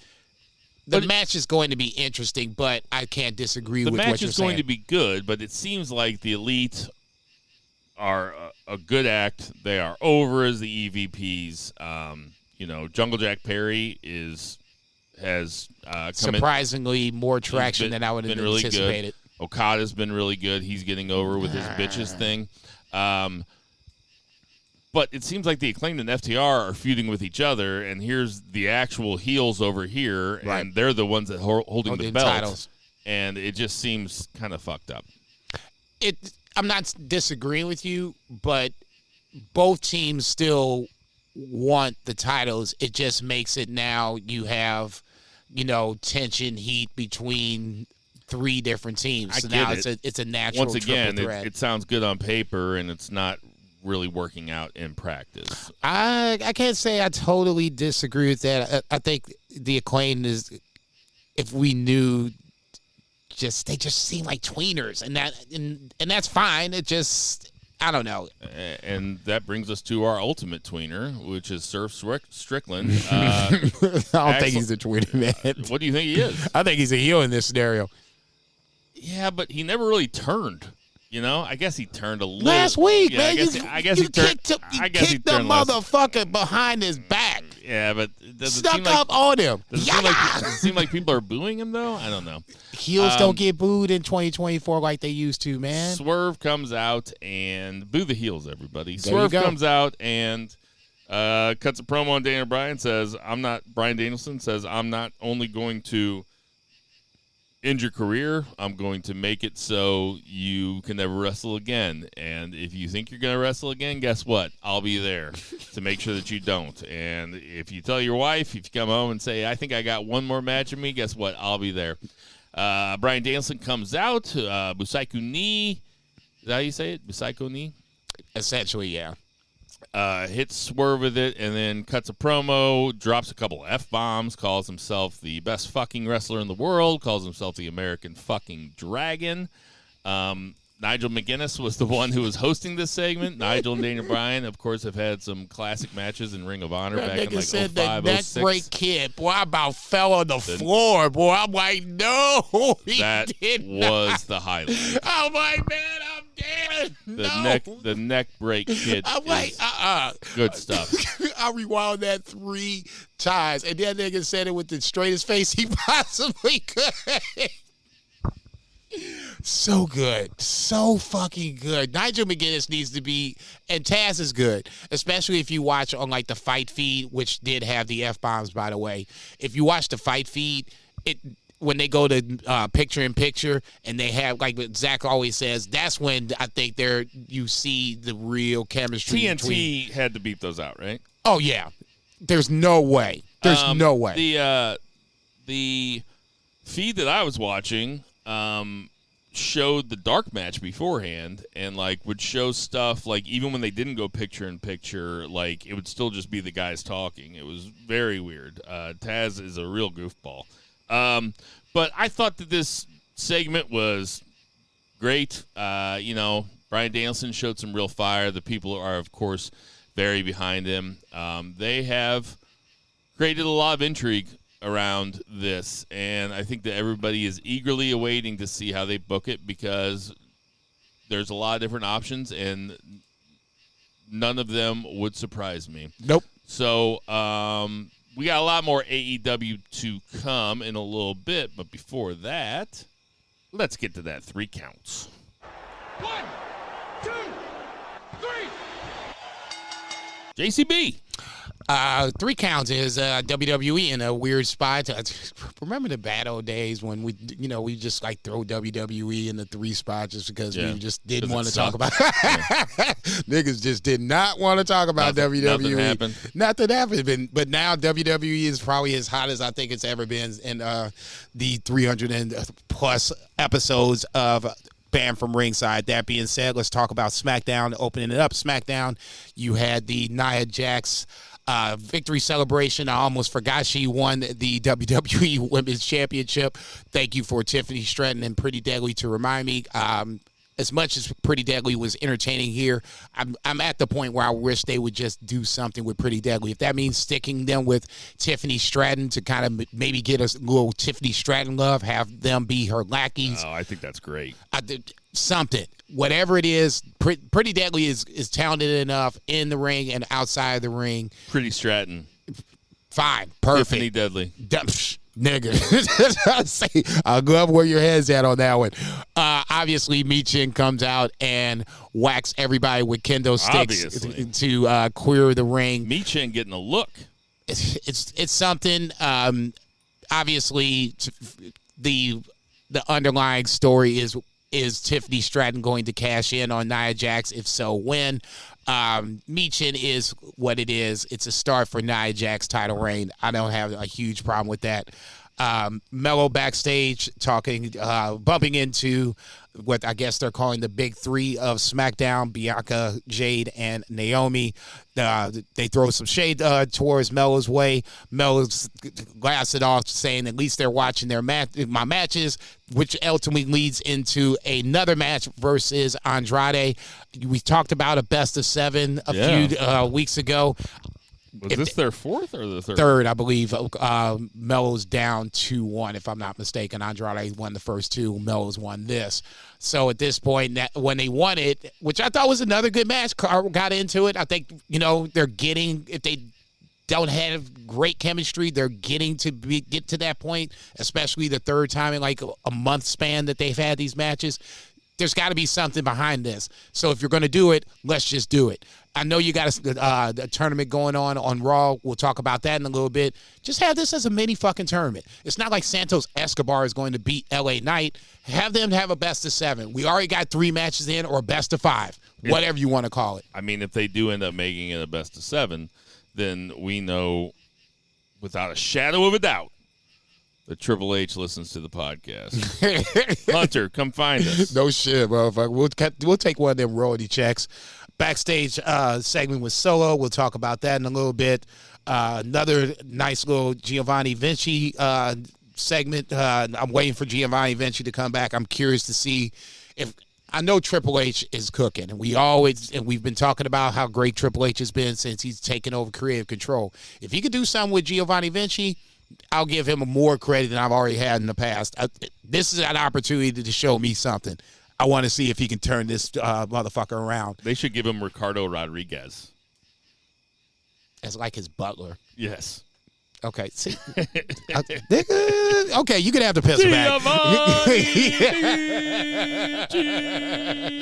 You can have the pencil back. Blair Davenport defeats Naomi Queen. I thought this would be a scenario where Blair Davenport would get help from Isla and Alba. That didn't happen. Good for Blair Davenport. It's not great for Naomi. This is one of those matches. It felt like they both need a little love. Every big 3 has a Chris Bosh. Stop, nigga. You ain't shit. Every big 3's got a Horace Grant. Stop. You know what I mean? You ain't shit. Naomi is the Horace Grant. That's some funny shit. Great. That's a great analogy, by the way. She should start wearing those fucking rec specs. God damn, I'm full of ideas tonight. Put Naomi in rec specs. I was about to say, Bubba Dudley Ray is Bubba Ray Dudley's coming into the chat as well. KO bumps into A-Town Down Under, which leads into essentially no, it's not the main event. It's the next segment up. KO defeats Grayson Waller in the match. Post-match, Austin Theory and Grayson Waller jump on KO, which brings Cody Rhodes out to make the save. KO and Cody Rhodes runs off A-Town Down Under, and KO gives the title belt back to Cody Rhodes. Now, obviously, this is all a build to Bash at Berlin. I talked about it, at least hinted about the fact that I wouldn't mind seeing KO kind of get a little heelish towards the build of this match towards Cody. I think ultimately, if I'm KO, like I said before, I'm getting sick of getting my ass kicked for you and not getting any reward out of this. It would be, for me, if you wanted to just flip KO one time, this is a perfect time to do it. You got reason behind it. Do you think we see KO flip? I guess there's the question. Yeah, I think we do, and I think that we should for the reasons that Zach laid out last week. You know, you have the two biggest baby faces in the world on the same 2-hour show. So they need heels over there, and KO is a fucking perfect heel to lose to a babyface champion. I think that would be because he can cut compelling promos. He's a fucking great heel, and he's a great wrestler. I like him way more as a heel than a babyface. Don't get me wrong. For sure. He's a good Definitely. babyface. He's been a babyface for a long time. I was just getting ready to say it feels like it's time to flip him heel for a little bit.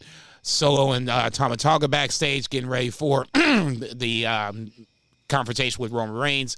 Legado del Fantasma with a segment. LA Knight kind of answering said segment.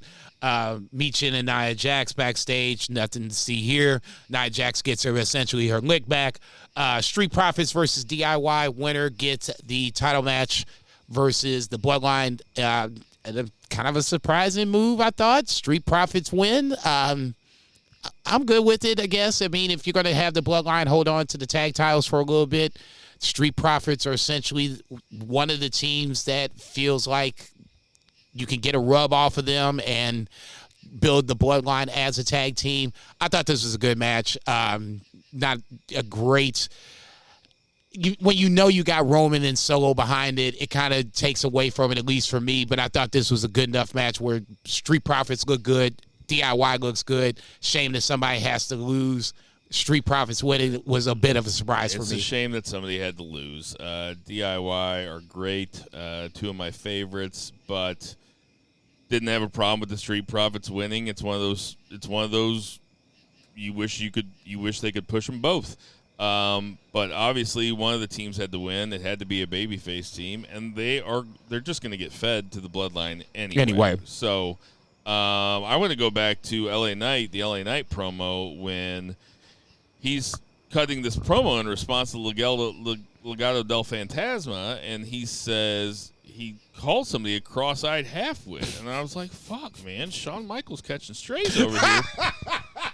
But he was talking about Santos Escobar.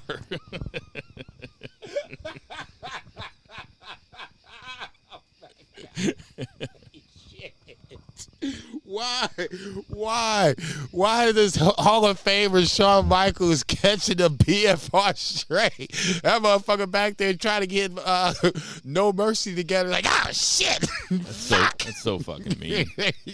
God damn, that shit hurts. Got me in a funny bone. But yeah, Street Profits versus DIY, and Street Profits versus Tama Tonga and Jacob Fatu.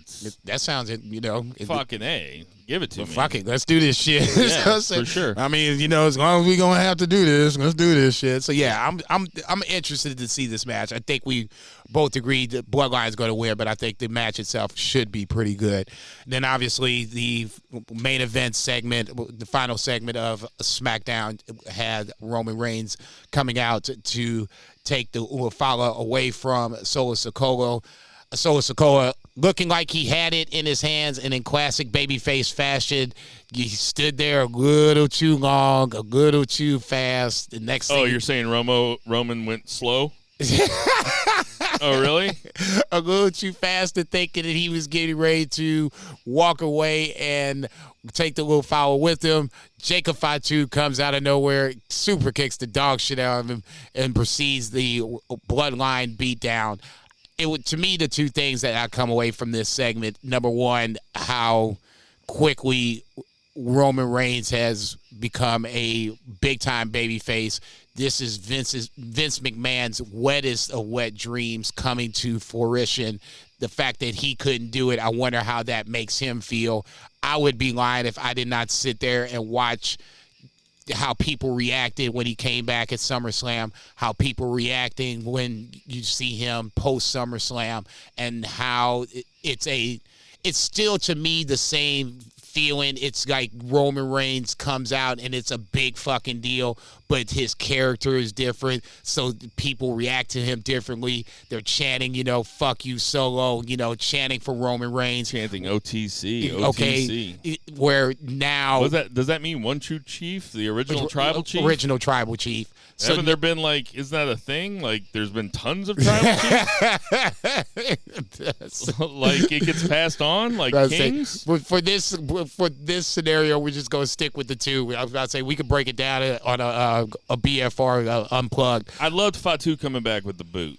I love Fatu coming back with the boot because that just shows... Can't believe how hard I got worked. And the fact that in kayfabe style, this little boot ain't going to stop me from doing what I need to do and being the enforcer for Solo Sikoa. Obviously, Solo Sikoa gets to follow back. Bloodline stands tall. And that to me is the trippy part about it, the other takeaway, how so quickly it's now Roman Reigns is, falling to his own creation. Solo Sikoa being the head of the snake, now he's bringing in his own troops to now where how Roman fights back against this, how he ultimately gets the Usos, maybe Sami Zayn gets the original Bloodline band back together. That to me is the next intriguing part. I don't remember if I asked this last week, but what's a bigger match, Solo Fatu or Roman Fatu or Roman Solo? Did I ask this? I think you did ask this last week. I mean, it's Fatu, right? I think it is Fatu. Can we talk for a second about that thing that you put on Friends of BFR on Facebook last night, which was John Cena on the Shannon Sharp, what's it called, the Shay Shay Club? Club Shay Shay. Club Shay Shay. And I guess Shannon Sharp is he's getting this over. He interviews people and they have real fucking conversations with him. Yep. That is an interesting turn in Shannon Sharp's career that I did not see coming, I gotta admit. I saw another part about on same John Cena interview where he was talking about buying what was the worst purchase he ever bought. He said he bought a fake Lamborghini that basically took him 10 years to actually get back to him to where he could try to drive it away. Side note on Shannon Sharp, and you can fast forward if you don't give a fuck about this, but I've always been a fan of Shannon Sharp. Hate that motherfucker. And the only time I didn't like Shannon Sharp was when he was with Skip Bayless. Now he was with Skip Bayless for a long time, but Skip Bayless is just the worst of the worst. And that first take style back and forth show where they have to take another side, and it's you don't actually believe this. I just hate the way they talk because it feels like anybody could talk like that if they just know a little bit about sports. They actually don't get down to it. But Shannon Sharp to me has always been entertaining ever since the Packers were playing the Broncos were playing the Packers. He was on the Broncos and they were playing talking the Packers. About, you need to bring in the National Guard. Well, he's talking about a player on the Packers and he's like, if he called me for help, would I help him? No. If what he say, he's like, if I was driving by him on the highway and he was broken down on the side of the highway and he needed me to stop and help him fix the tower, would I help him? Nope. To me, that's one of the funniest things ever. But anyway, fuck him. John Cena, horse mouth motherfucker, can't stand Shannon Sharp. You really hate him, huh? Oh, I do. Oh, can't stand Shannon Sharp. Cannot stand him with a passion. He's funny, dude. He is. Don't get me wrong. And this is just my Shannon Sharp diatribe. We can get back on track. He is one of the greatest tight ends of all time, and I will give you that. But he's that motherfucker that will talk shit the whole game through to the point where now he's the Jason of our softball team. I was going to say, what bothers this? What about this bothers you so much? Because it's exactly what you were in fucking beer league softball. Tom made me do it. If it was up to me, Forest sometimes Park I wouldn't say nothing Sunday at all. Nights, a bunch of dudes in their 30s fucking limping around. Jason's out there talking mad shit. So you don't like that about Shannon Sharp. Shannon Sharp. This feels like a way into the brain of Jason. Sounds like there's some self-loathing there. Always like to take myself down a But peg or anyway, two. John Cena's on Shannon Sharp, and Shannon Sharp asks him who the greatest of all time is, and John Cena says that it's Roman. And he says something to the effect of, in 2011, WWE stock was selling for $11, and now it's selling for $17. He's like, to me, that's the greatest indicator that Roman's the greatest of all time. Which is fucking stupid. one of the worst. That sounds like fucking ChatGPT wrote that. What the fuck is he talking about? He actually thinks that Roman's the greatest of all time? Do you think that he thinks that? If he thinks that, is he that fucking dumb? Does he despise the fucking industry that he's in? Does he hate wrestling? Because that seems to me like the opinion of somebody that just looks at a bottom line. Has no love of the art, which wouldn't fucking surprise me because he's such a fucking lame-o.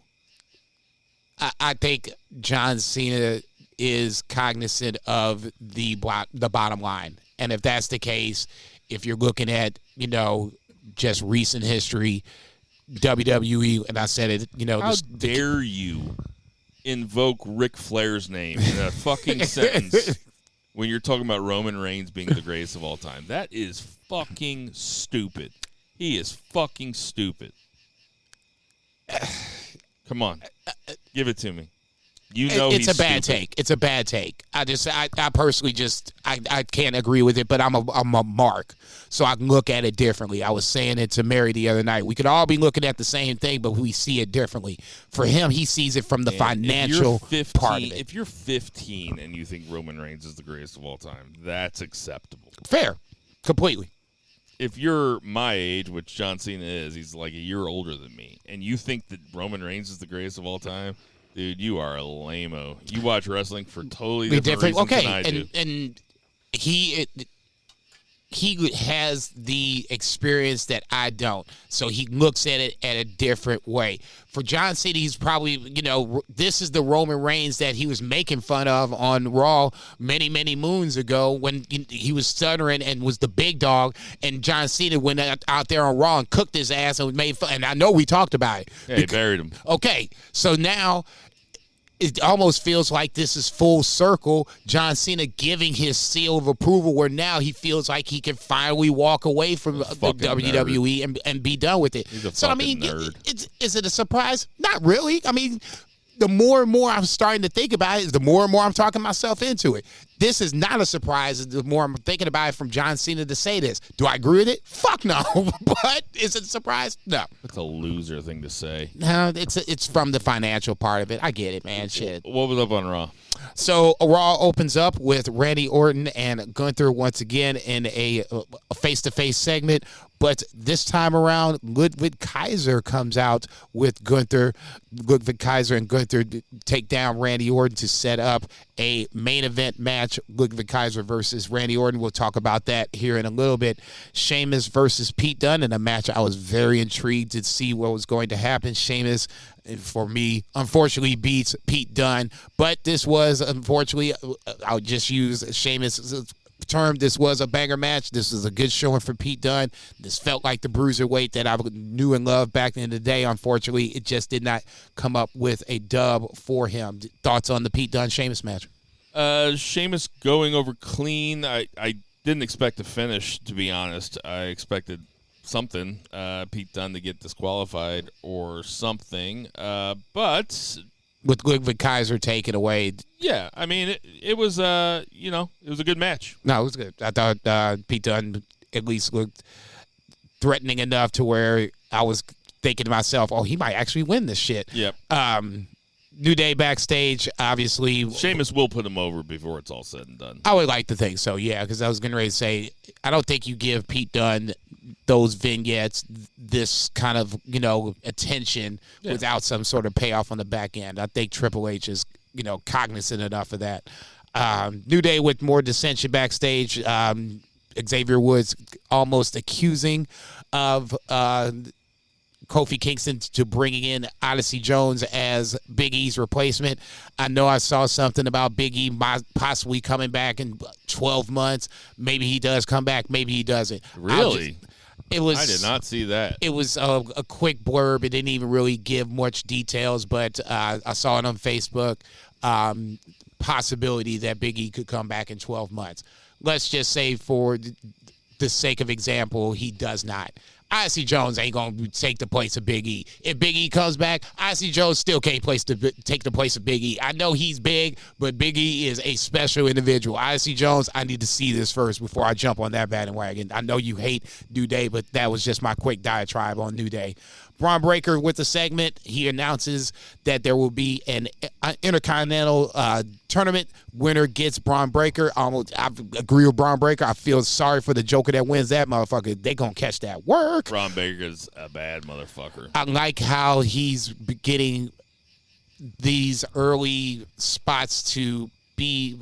He's being placed in positions to succeed, spots to succeed, where now he's getting more and more comfortable, it feels like, on the main roster talking. The in-ring thing, he can do that. Future heavyweight champion, no doubt, right? Future heavyweight champion, no doubt. I think it's just a matter of time. If it doesn't happen in 2025, it's a slam dunk for 2026. But with 2 titles, 2025 almost feels like it feels like it's inevitable. He's going to hold the IC for a long fucking time. And then in 2025 somewhere he'll be, the world champion on whichever brand they decide to put him on. He'll lose it to Dragunov. Nick. The pencil. Give me the pencil. The pencil. American Made with the pretty good promo. Ivy Now as a part of American Made, I always say, if you got to have a faction, I like having a woman as a part of the faction. That leads into... An Ivory, if you will. An Ivory, if you will. Maxine versus Ivory Nile. I believe Ivy Nile won. Ivy Nile won this, correct? Yes. Okay, that's what I thought. Nothing really to see here. Anything on this? No. Didn't think so. Tower Twins, I guess that's what they're calling themselves. The Wyatt Six came out after that. Oh, that's right. I forgot about that. And I guess that's the reason why. Did Michael Cole say that's Nikki Cross, but she thinks she's Abby the Witch? Abby the Witch. She attacked Ivy Now post match or whatever the case. So may be. They're saying that is Nikki Cross. They did say but that she's out of her mind. I guess. Man, this Wyatt Six thing is a real roller coaster. I'll tell you. Well, it's not cohesive. I mean, No. It's trying to connect the dots, but the dots don't. The witch stuff is just too far. It's just too far.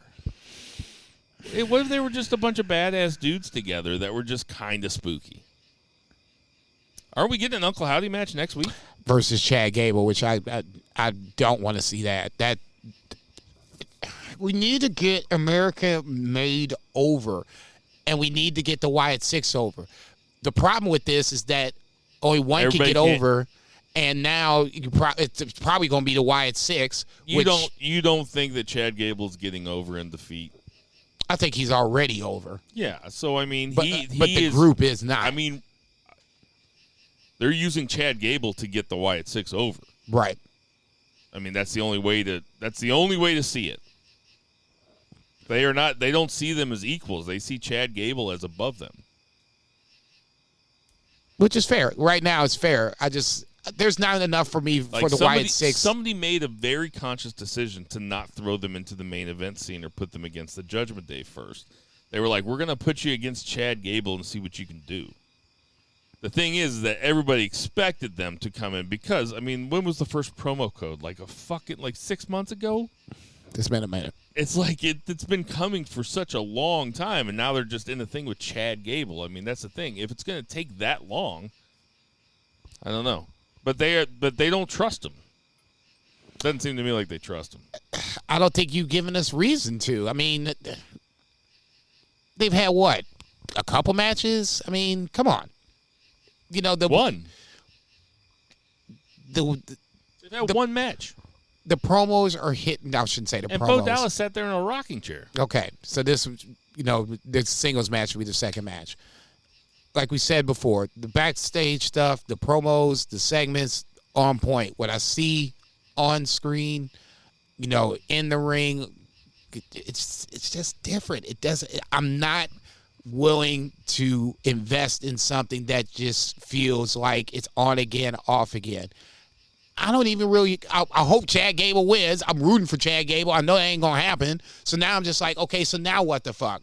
It just doesn't feel like there's direction. No, that's Chad the Gable word ain't I'm winning. looking for. There's Gable ain't winning. No, he's damn sure ain't winning. There's no direction for the Wyatt Six, and that to me is a problem. So take it for what it's worth. Yeah, the Terror Twins. They cut up Rhea and Damian Priest cut up promo backstage. Damian Priest knows he's going to walk into a trap for the Judgment Day. The Terror Twins. The Terror Twins. I'll let you comment on that first. It's a terrible name. Is it Swerve and Argori terrible? No. It's just. Well, I mean, there's got to be a baseline. Yeah, there is a baseline. It's just not. It's pretty hokey. I can't say I disagree with you. I've heard way better. Definitely heard worse. I mean, I would have been good with them just being called Rhea Ripley. So they're not Damian romantic, Priest. right? They look like they're like brother and sister. Yeah. Okay. Yeah. Okay, I took away your count. Go ahead. Nigga, it's our count. Punk and Drew have another segment. Punk wants to now have a strap match at Bash of Berlin. Drew McIntyre, which I love in characters like, oh, you want you want to strap me with you on a match that nobody can stop? I love it. I accept. That was perfect. I couldn't imagine. He didn't even hem and haw about the shit. He was just like, oh, let me think about it. I accept. So for me, he's a badass. Yeah, it just goes into the character of Drew McIntyre. This Drew McIntyre, which is probably the best character he's ever had at this point. I'll say it right now. He's on my list for Wrestler of the Year. I don't care what happens the rest of the way.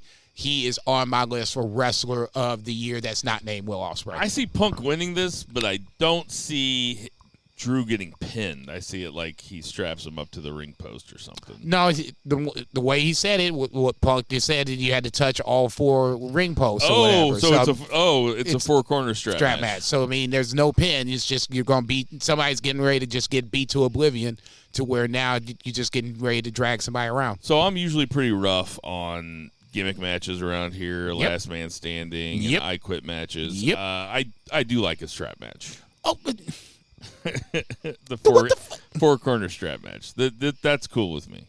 This is okay. So you don't want to see last man standing and I quit match, basically the same thing. We'll just say last man standing. That doesn't appeal to you, but this does. Yeah. Okay. A little bit of strategy.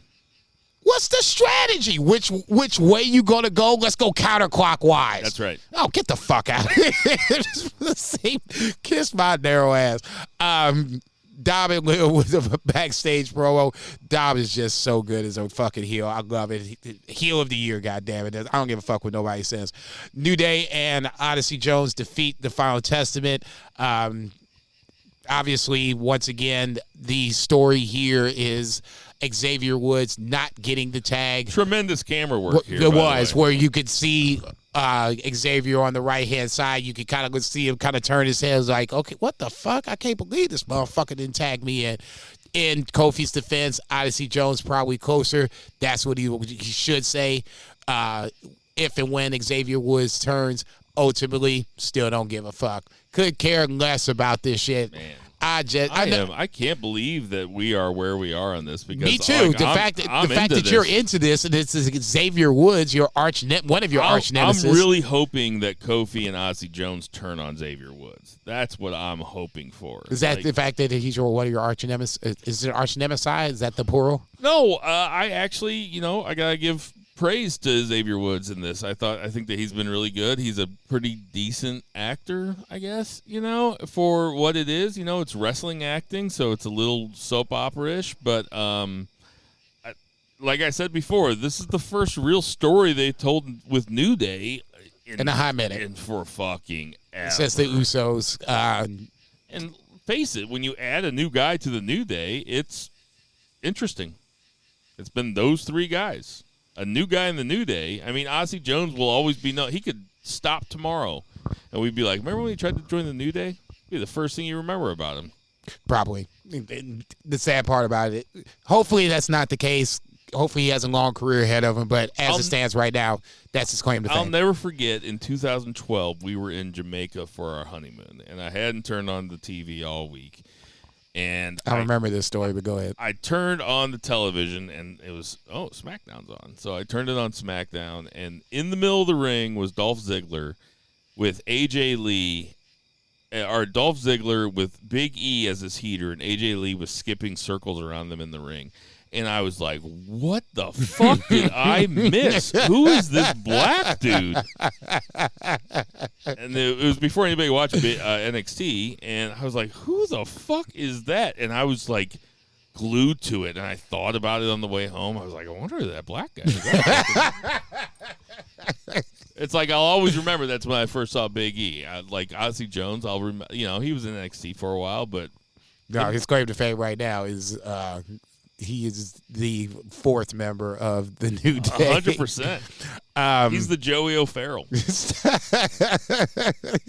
Right. He's the Bo. It's so interchangeable. RIP to Alpha, the 2 segments on SmackDown and Raw.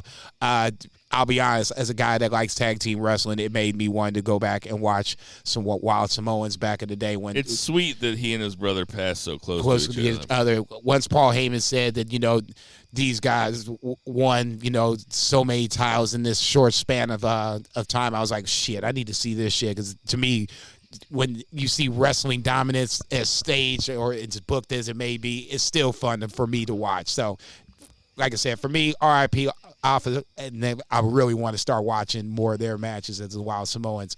Bronson Reed continues his tour of destruction, taking out Miz. I guess this was a no DQ match. Miz trying his best, damnedest best to take down Bronson Reed. Couldn't do it. Just as Bronson Reed is getting ready to crunch on Miz, one Braun Strowman shows up. Thank you very much. I cannot wait for Bronson Reed to just crunch on Braun Strowman. I swear to fucking God, if Braun Strowman goes over Bronson Reed, I'm going to lose my shit. Bronson Reed sold it perfectly. He was not scared of Braun Strowman. He was like, fuck yeah, this is what I wanted. Come on, dude. Bronson Reed should Braun Breaker to ricochet that motherfucker. If you gonna put this motherfucker over, then you need to put this motherfucker over. Have him throw around Braun Strowman for a few minutes. I'm totally down for that. Ludwig Kaiser and Sheamus backstage. More build to eventually a tiebreaker match at some point. I'm sure that will be happening. Another Braun Breaker segment. 2 in one night. I mean, Braun Breaker, just the fucking future. Getting it done. Yeah, for sure. Dom versus Damian Priest being next. This match really doesn't even get started before Judgment Day comes out to attack Damian Priest. Rhea Ripley comes out to try to make the save. She gets jumped by Liv Morgan. Priest makes... Priest has to watch as Liv is throwing Rhea Ripley into the ring post. I thought that was a nice little cool way to make Judgment Day. This is the way I thought Judgment Day was going to have to work. There's no Damian Priest. There's no, real muscle to Judgment Day. So now they just have to do it. Where's Finn? Finn was there. He was? Yeah. He jumped on Damian Priest, coup de grace. Well, they gotta let him cut a promo. Look, he was there. Shit, when he did the coup de grace off that, I was like, okay, see, I was thinking in my head, this is how it's got to work. It's got to be like fire ants. A bunch of us together can really fuck some shit up. So in that scenario, I thought, to me, it worked. Dom not having to eat a pin was a nice way to get things moved towards, I guess, this will be Bash in Berlin. Did they announce this as a match yet? I'm pretty sure it is an official match. Okay, I was going to say, I thought by the end of the show that they announced it. Triple threat, Bill Vegas special for the WWE Women's Tag Team titles. Damage Control being Io Sky and Kairi Sane versus Pure Fusion Collective. In this case, that would be Shayna Baszler and Zoe Stark versus Alba Fire and Isla Dawn, defending champions. This was what it was. This wasn't very good in spots. Clunky at best. The champs retain. Ultimately, just made me want Io Sky to get away from this whole fucking scene. I need somebody back from Damage Control. Asuka's probably the first one closest to coming back, and she ain't even that close to coming back. We need somebody to come over and help Damage Control out. Just drag somebody in there so Io Sky can get away from this nonsense. I see what you guys are trying to do, but damn it, don't take Io Sky with you. Not worth the watch. They need to put the belts on the Pure Fusion Collective. What? Yeah, they need to put the belts on them. Shayna Baszler and Zoe Stark, that's a badass tag team. Not the take I expected. But Zoe Stark is really fucking good, and we like her matches. So why not put some belts on her? Like, give her a little push. Not the take I was expecting, but okay, fair enough. I like Zoe Stark. I just don't. I'm a mystery wrapped in an enigma. Shit, yeah. You this week you are. That's for damn sure. I like them, but I don't take them as a serious threat, and I use serious threat in the quotations as a tag title contender. There are, I'd say, even worse champions. So that's just me. Neither here nor there. Jey Uso being the first to throw his name out for Braun Breaker's Intercontinental Championship. He's entered into the tournament. We need to see a bracket. I don't want to be like, the night of the tournament, we start having matches, and then, there's no bracket scene. If we're going to do it right. Give us 8 guys. They will. Show us the bracket, and so that way we can all play along and fancy book this shit. It's not a Vince tournament. I would like to think so. I'd like to think it would not be. Just because it was in my head, here's Jey Uso again in another spot where he could possibly be elevated. Not going to happen. Is Jey Uso getting too many chances? Well, he's going to have to win a big one eventually. Obviously, this ain't going to be it. Jimmy didn't count. No. Not even close. Right. So, yeah, I mean, a guy like him can only lose so many times until he loses his momentum and he loses the crowd. They got to put a belt on him. It can't be the IC title, clearly. No, it can't. It's probably not going to be the world title. Nope. He's cooling off, man. Okay. He reached his peak. Now that we're talking through it, I'm like, yeah, he's pretty. I'm not going to get to that point just yet. He's over. He's over. He's rich. He sells a lot of fucking merch. But I think I agree. From where he was going into WrestleMania to where he is now, I could agree. I don't think it's a cognizant thought process, but I think he's kind of cooled off. I don't think it can never happen. I'll never say never. Injuries can happen. There's a lot of guys that aren't going to be around forever. And, true. He seems like he's in his prime, and he's been around for a long fucking time too. Like they were like in WWE for 7 years where they didn't even have a WrestleMania match. I remember when they had their first WrestleMania match, and it was like, what the fuck? He's been around forever. How's that happen? And then they peaked with the Bloodline Mania. But yeah, I mean, nothing against him. No, it feels weird. Like you said, his momentum feels like it's gone. He's over, but now at some point we got to. He also might be one of those guys who just never has to have a belt and will just stay over the whole time. Like a Jeff Hardy.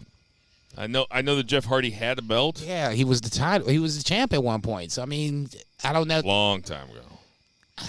I'm not disagreeing with that. I'll admit it. I wasn't watching it when he was. I was semi-watching it at best, and it was weird to see him as champion, but champion nonetheless. Just imagine Jeff Hardy doing what Jeff Hardy does as world champion. Ultimately, that's what you're looking at. Yeah. Main event time, Randy Orton versus Ludwig Kaiser.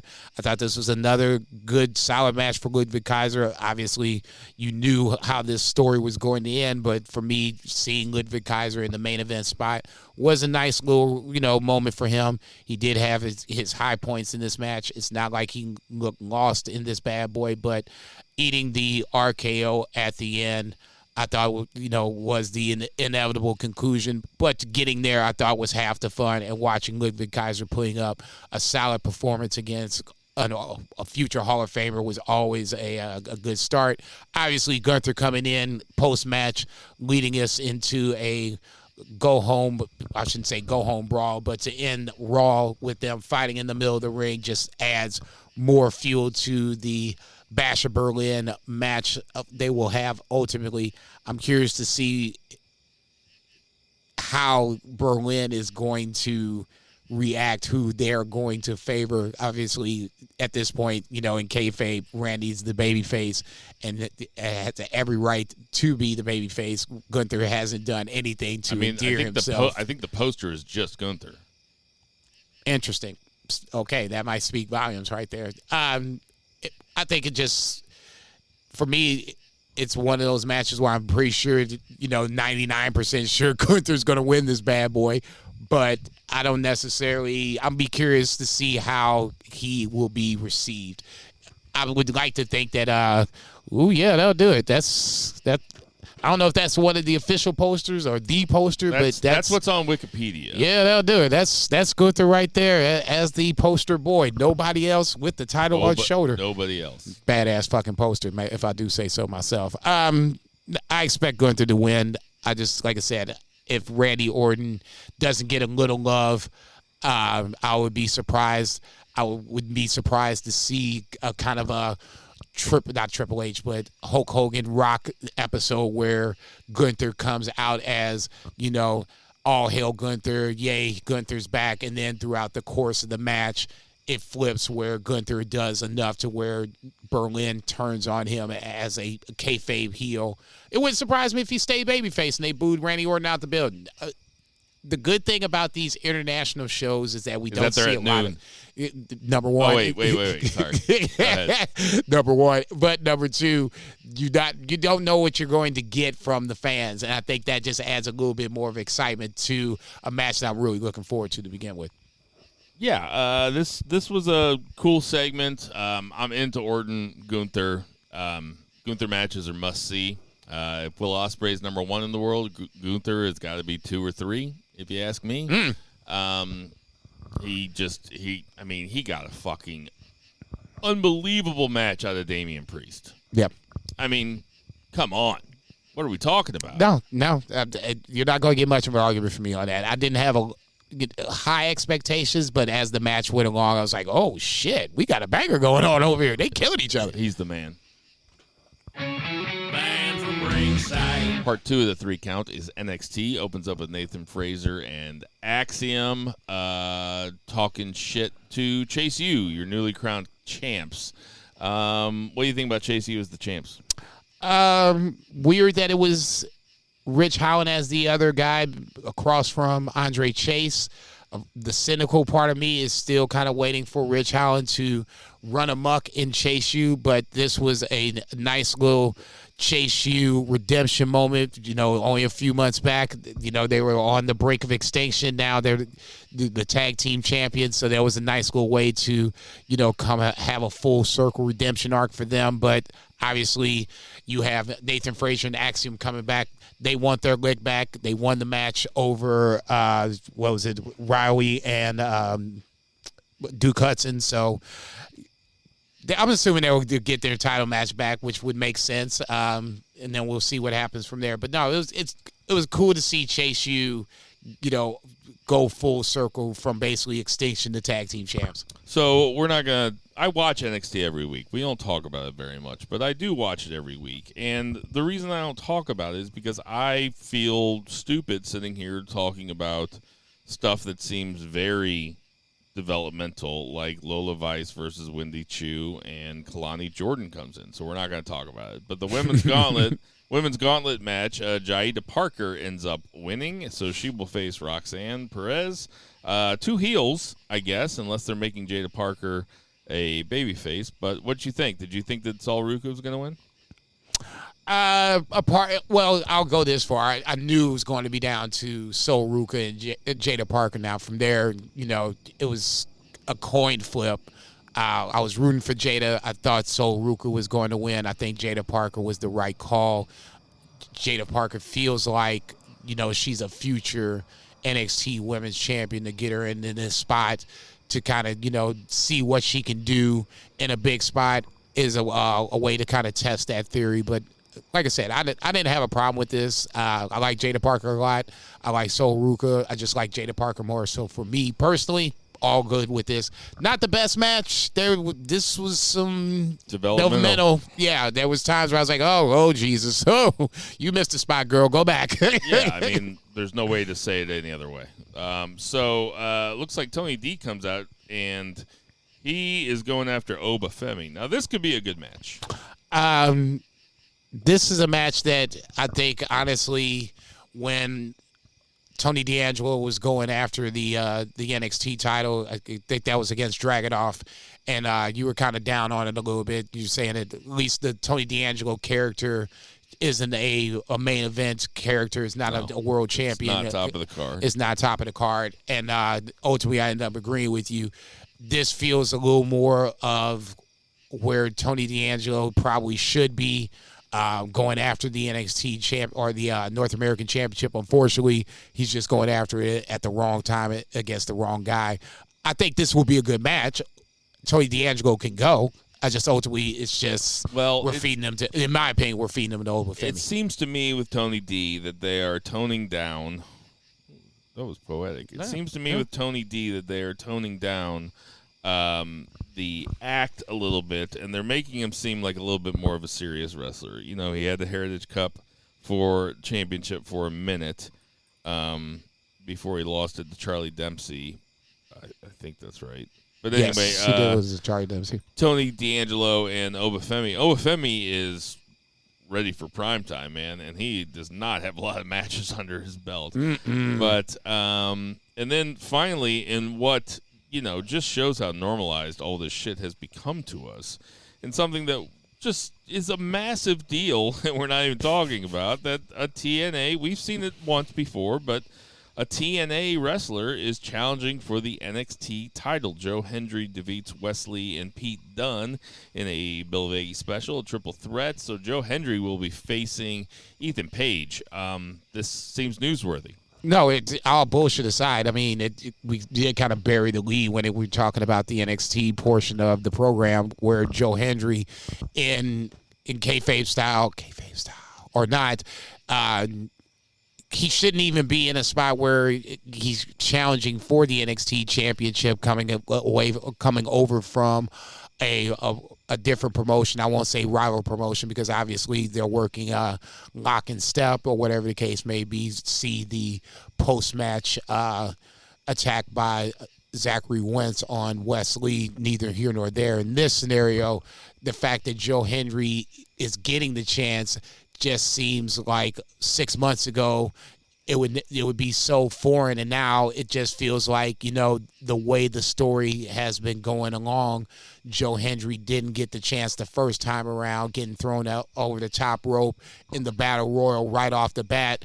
and the crowd just erupts, just like, what the fuck, it was a huge surprise. It was one of the moments of the year where you see a TNA star on NXT, and the next thing you know, he's getting eliminated. So now, once again, another redemption arc coming full circle, where now Joe Hendry with the Can Joe Hendry win it? If the timing was different, I would say yes. I think this is more so about Ethan Page and building him up. Like I was going to say, Trick Williams taking out Pete Dunne is the sidebar in this whole thing. So, I mean, as much as Joe Hendry winning the match, it is a big deal. The assist goes to Trick. I just think that this was 3 or 4 months later and this happened, I might be more apt to say Joe Hendry wins it. I would be a little surprised if he beats Pete Dunne on next Sunday. All right, that is going to do it for our 3 count. 1, 2, 3.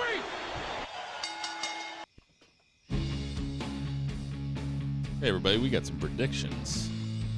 So, we have All In Wembley Stadium 2024 coming up on Sunday. Where will you be watching it, Jason? I keep forgetting that it is a noon Sunday start. I'm going to try to sneak away into the spare bedroom and sneak some wrestling. I'm going to be at the crib ultimately, so we'll see how it works out. I want to just sit down and watch it from beginning to end, but I just probably won't be live. It'll be after the fact and just, avoid the social media for the first few hours. But we'll be at the crib. We'll be fine. We have a casino gauntlet match for a title shot.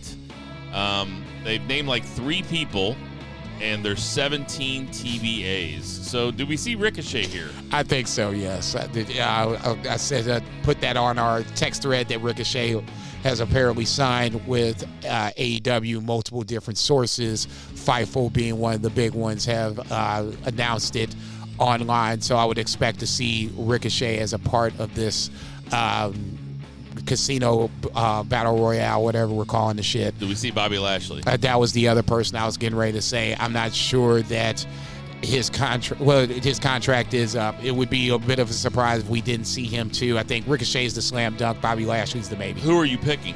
I'm gonna all that being said, I'm gonna still pick Adam Page. To me, it almost feels like this is his gauntlet to win. That way you set him up in position for Danielson, who he has passed with, obviously has passed with Swerve. It would be great to see Ricochet and Will Ospreay cross paths. Bobby Lashley coming out with MVP would be a nice little pop.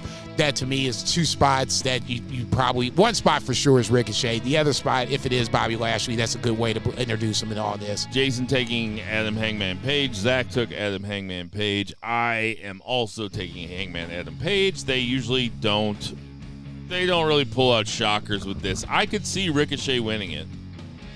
And this is for the title match, correct? This is for a title match. I can't see that.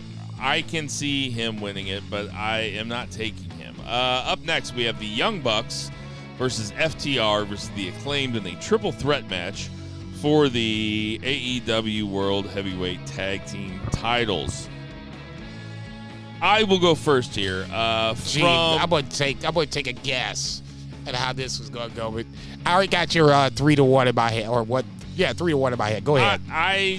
Zach and I are both taking the Young Bucks as most likely. I am putting the Acclaimed as second most. Whoa, I was wrong. And I'm putting FTR last. And the reason that I could see them having the Acclaimed win here is because God hates me. Zach took the Young Bucks as most likely, FTR second, and Acclaimed third. Jason, where are you going with it? That was what I was going to say. I was surprised you and 3 Beer weren't in lockstep there too. I'm gonna go FTR 3. Already 2-time champs. The third just seems so off the radar right now. It just seems weird for them to even win the titles. 2, obviously Acclaimed. At least they feel like they have the most to gain by being repeat champions at this point. So you and I are in lockstep there. You and I are in lockstep. Bucks are going to retain on this one. I can't see why they're dropping the titles this soon in their reign. Granted, they have 1 title defense underneath their belts, but I feel like they're going to hold it for a little while longer. Statlander and Stokely Hathaway versus Willow Nightingale and Tomohiro Ishii. The winner gets to determine the stipulation for the Willow Nightingale versus Chris Statlander match at All Out. Jason, who do you got? God damn. I really want to pick the baby faces here, but I can't. To me, to have that match have more intrigue is to have the heels win here. Somehow I can see Stokely, falling on a pin or some crazy shit like that. I was just going to say, who gets the pin? Stokely pins Willow. Stokely doesn't pin Ishii? Can you pin a woman in a mixed tag match? Is that mixed tag? Okay, well, just to cover my bets, or cover my bases, Stokely pins Ishii. We'll go that route just to be safe. I can't remember the mixed tag rules or not, what they are, but Stokely's going to pin somebody, and that's how they win this match. I am going the other way. I am going to take Willow Nightingale and Tomohiro Ishii as the baby faces to win, to set up a Statlander win against the odds in some fluky fashion at All Out. So I keep forgetting that All Out is like the week after this crazy shit. I think it's 2 weeks? 2 weeks, yep. So I'm taking the baby faces, you guys taking the heels. Up next, we have Mariah May versus Toni Storm for the Women's Heavyweight Championship. I should say there that Zach also had Statlander Stokely, and Zach here has Mariah May with his Stone Cold Lead Pipe Lock of the Week. I, too, am taking Mariah May. I have gone back and forth on this, but ultimately, I can see Shirakawa getting involved. Mariah May wins. Didn't think about Shirakawa. I know they just kind of just dropped her in as kind of like, hey, everybody, don't forget about me. Yeah. Not sure if that is because Tony books a little weird. He's more of a mark when it comes to his booking. I'm not sure if that's going to mean anything at all. I have been the ultimate waffler. I'm sorry? Why even bring that up? Because because there's like, people have booking tendencies. Like if Triple H did this, we were like, okay, this is going to come back. We know this is going to come back. It's just a matter of time. Who are you taking? I'm the 0 for a waffler in this. It feels like Toni Storm should win, but I'm going to take Mariah May. I'm not convinced as her going to be a long-term champion, but Wrestling 101 says I should do it, so I'm going to do it. Mariah May. I got to say, that is a ballsy Stone Cold Lead Pipe Lock of the Week. I don't think it's that ballsy. Up next, we have Darby Allin versus Jungle Jack Perry in a coffin match. I am going Darby Allin here. Darby Allin is not going to lose a coffin match. And the other reason I'm going Darby Allin is because Darby Allin doesn't lose. So I'm taking Darby Allin here, maybe against my better judgment. Well, my friend, this is more about philosophy. I understand what you're saying, and the philosophy for me is at some point streaks have got to end. Even the Undertaker lost. Darby Allin ain't the Undertaker. Jack Perry just made this custom TNT title belt, and I think there's more for Jack Perry to gain in this win than Darby Allin. So I'm going to go ahead. I'm going off script. If I'm wrong, then fucking I'm wrong, nigga. But if I'm right, then I'm picking a pretty good upset of the week.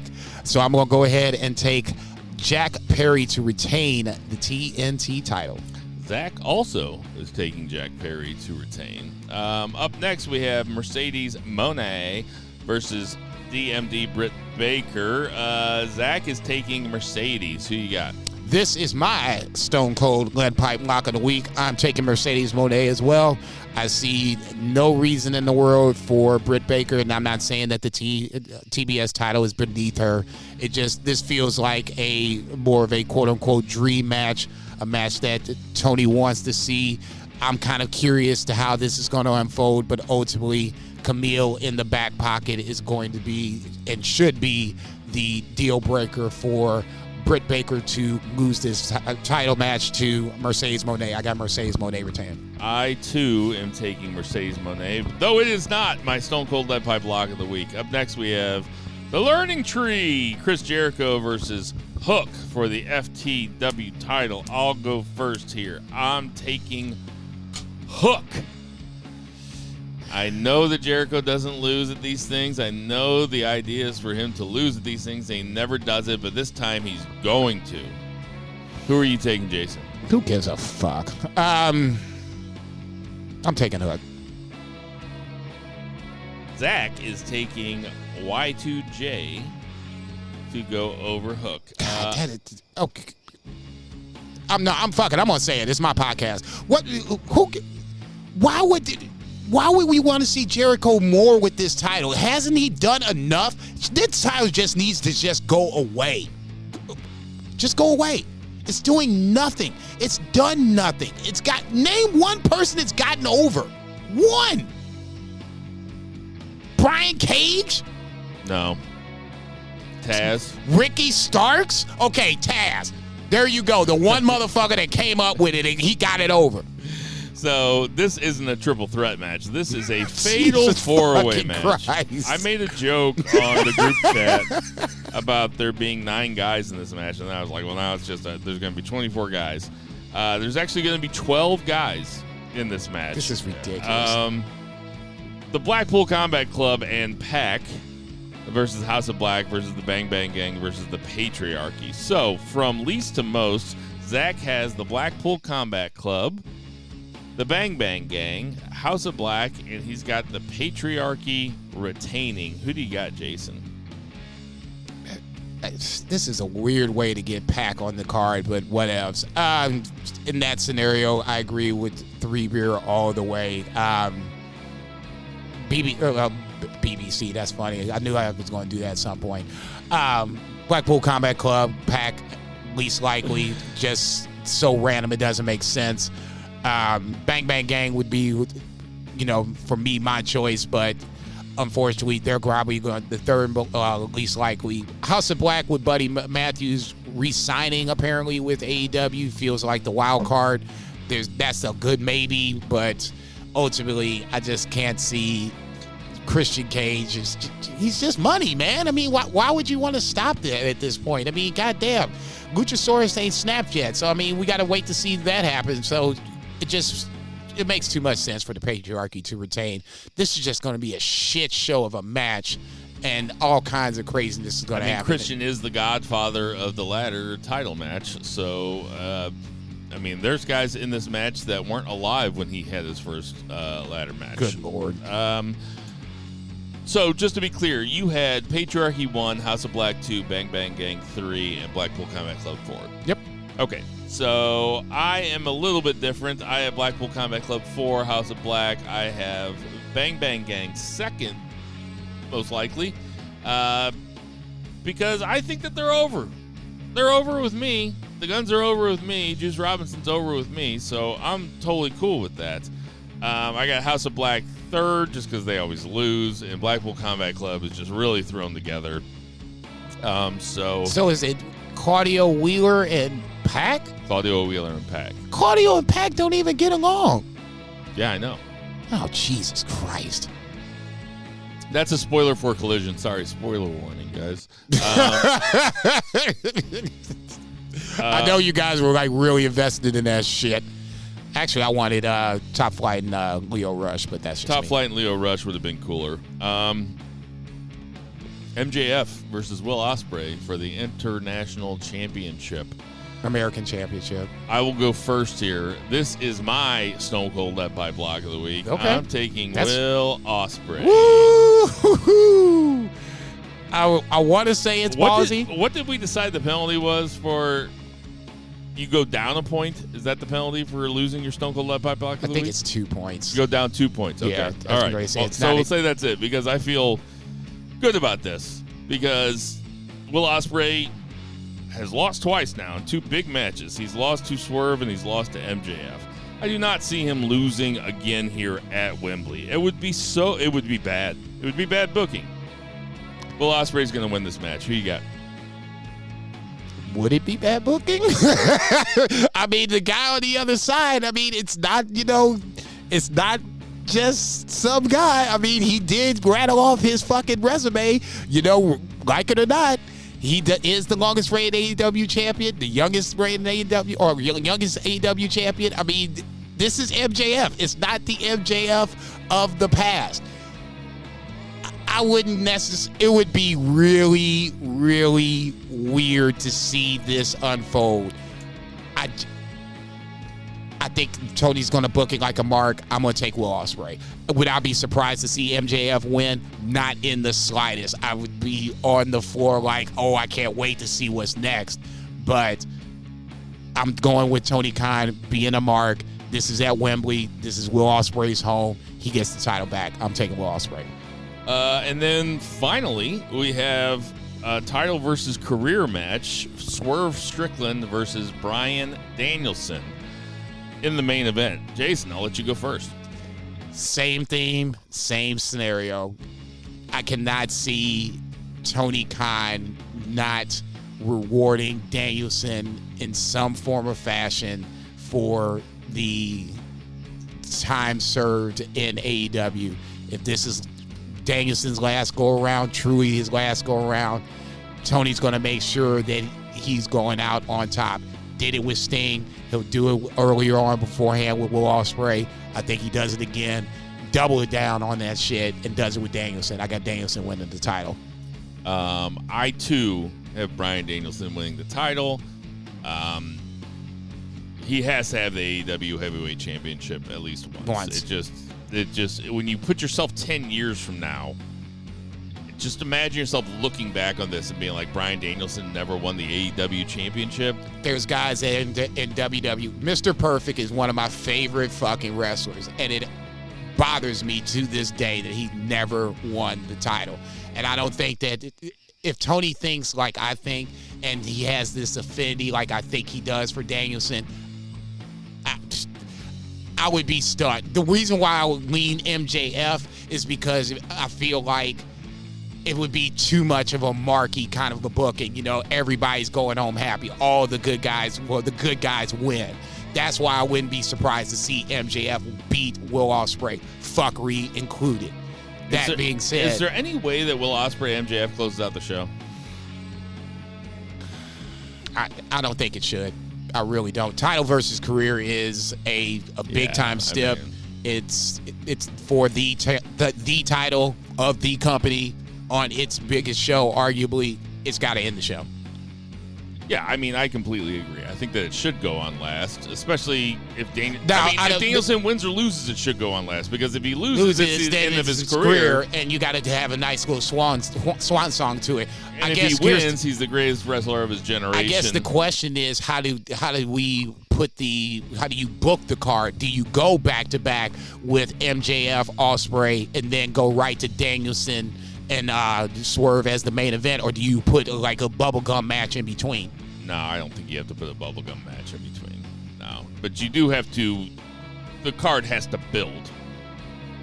Like, I think that it's got to build up, and then you have... what opens the show? Well, the Gauntlet. Okay. I think the Gauntlet opens the show, and then, I mean, I have no idea. I'm always surprised by these. I can never figure it out. I was thinking Mercedes, Britt. I think it would be a women's match, yes. Which would be fine. That would be cool. No, good. I don't think it's Mariah Tony. I think that's more towards the end. Mid towards the end. Man, as much as I like noontime pay-per-views on WWE because I have the Peacock Network, noontime pay-per-views, when I actually have to buy them, those are a lot harder to come by. Those are a lot harder to manage. I ain't buying a damn thing. Because if I have it on Peacock, like, I don't feel like I have to sit down and watch the whole damn thing because I didn't pay for it. For sure. When you plunk down that $50, I'm getting my $50. God damn it! Is that all it is? Is $50? It's 50 or 60. It's one or the other. I just said 50 because it feels right, but it wouldn't surprise me if it was 60. This one better be good. I think it will be. I was all bullshit aside, and I said it to Tinder earlier in the week. I was not a huge fan of the builds for a lot of these matches, but I know in my heart of hearts when the bell rings, there will be some entertaining matches. There could easily be a match of the year candidate somewhere along the lines, whether it's men or women's side of the bracket. So for me, AEW typically delivers some fucking spots. Oh yeah. So, pray for these people in this ladder match, and pray for everybody that everybody comes out in one piece, because I cannot see anybody. For Nick Wayne. Pray for Darby Allin. Shit, I was getting ready to say, he gonna do some stupid shit. Yeah, but Darby wants it. He wants to be hurt. He's a psycho. He's legitimately psycho. Jack Perry, if he wins this match, this is going to put him on another level. And I think ultimately, when you talk about the four pillars of AEW, we're missing Sammy Guevara. And I think Darby is a solid one. Obviously, MJF is one. Jack also Perry. missing Ricky Starks. Ricky Starks is on the way out. Apparently, he's still under contract to AEW. That's what Tony Khan said in a presser. I saw that earlier this afternoon, but it's a matter of time. I mean, when's the last time we saw Ricky Starks? There's no plans for Ricky. Everybody's kind of like biding their time, and ultimately, it's just time for Ricky to go. He's boys with Cody, right? Wasn't he backstage at WrestleMania? Yeah, it's time for Ricky to go. There's no plans for him in AEW. He wants to leave. Tony doesn't want him there. Let's just go our separate ways. Expectation level high. Man from Ringside. Hey, everybody. We got some birthdays this week. Stevie Ray, 68. How fucking old is Booker T? He's not that old, is he? Motherfucker, I don't know. Shit, you the birthday boy. Paul Ellering getting a real push these days. 71 years old. The Usos, Jimmy and Jay, are both 39. Pash is 38. Apollo Crews is 37. Funaki, indeed, is 56.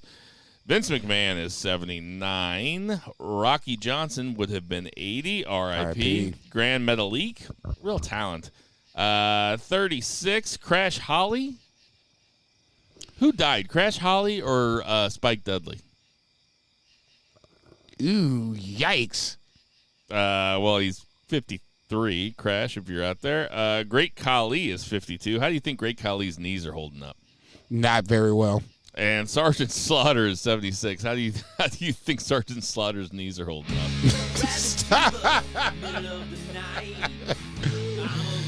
Hey, everybody, we know there's tons of podcasts to listen to, so we appreciate you guys listening to our podcast. For Tender Mahal, for Lucha Chris, check. For Murray the Murray Man, Murray, check. For Patriot Pat, for Brett Jagger. Check.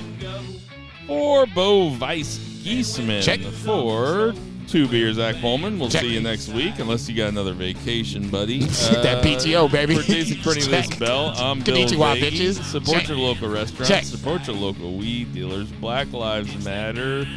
Call your parents. Free Palestine. And never, ever forget to boo the heels. Boo!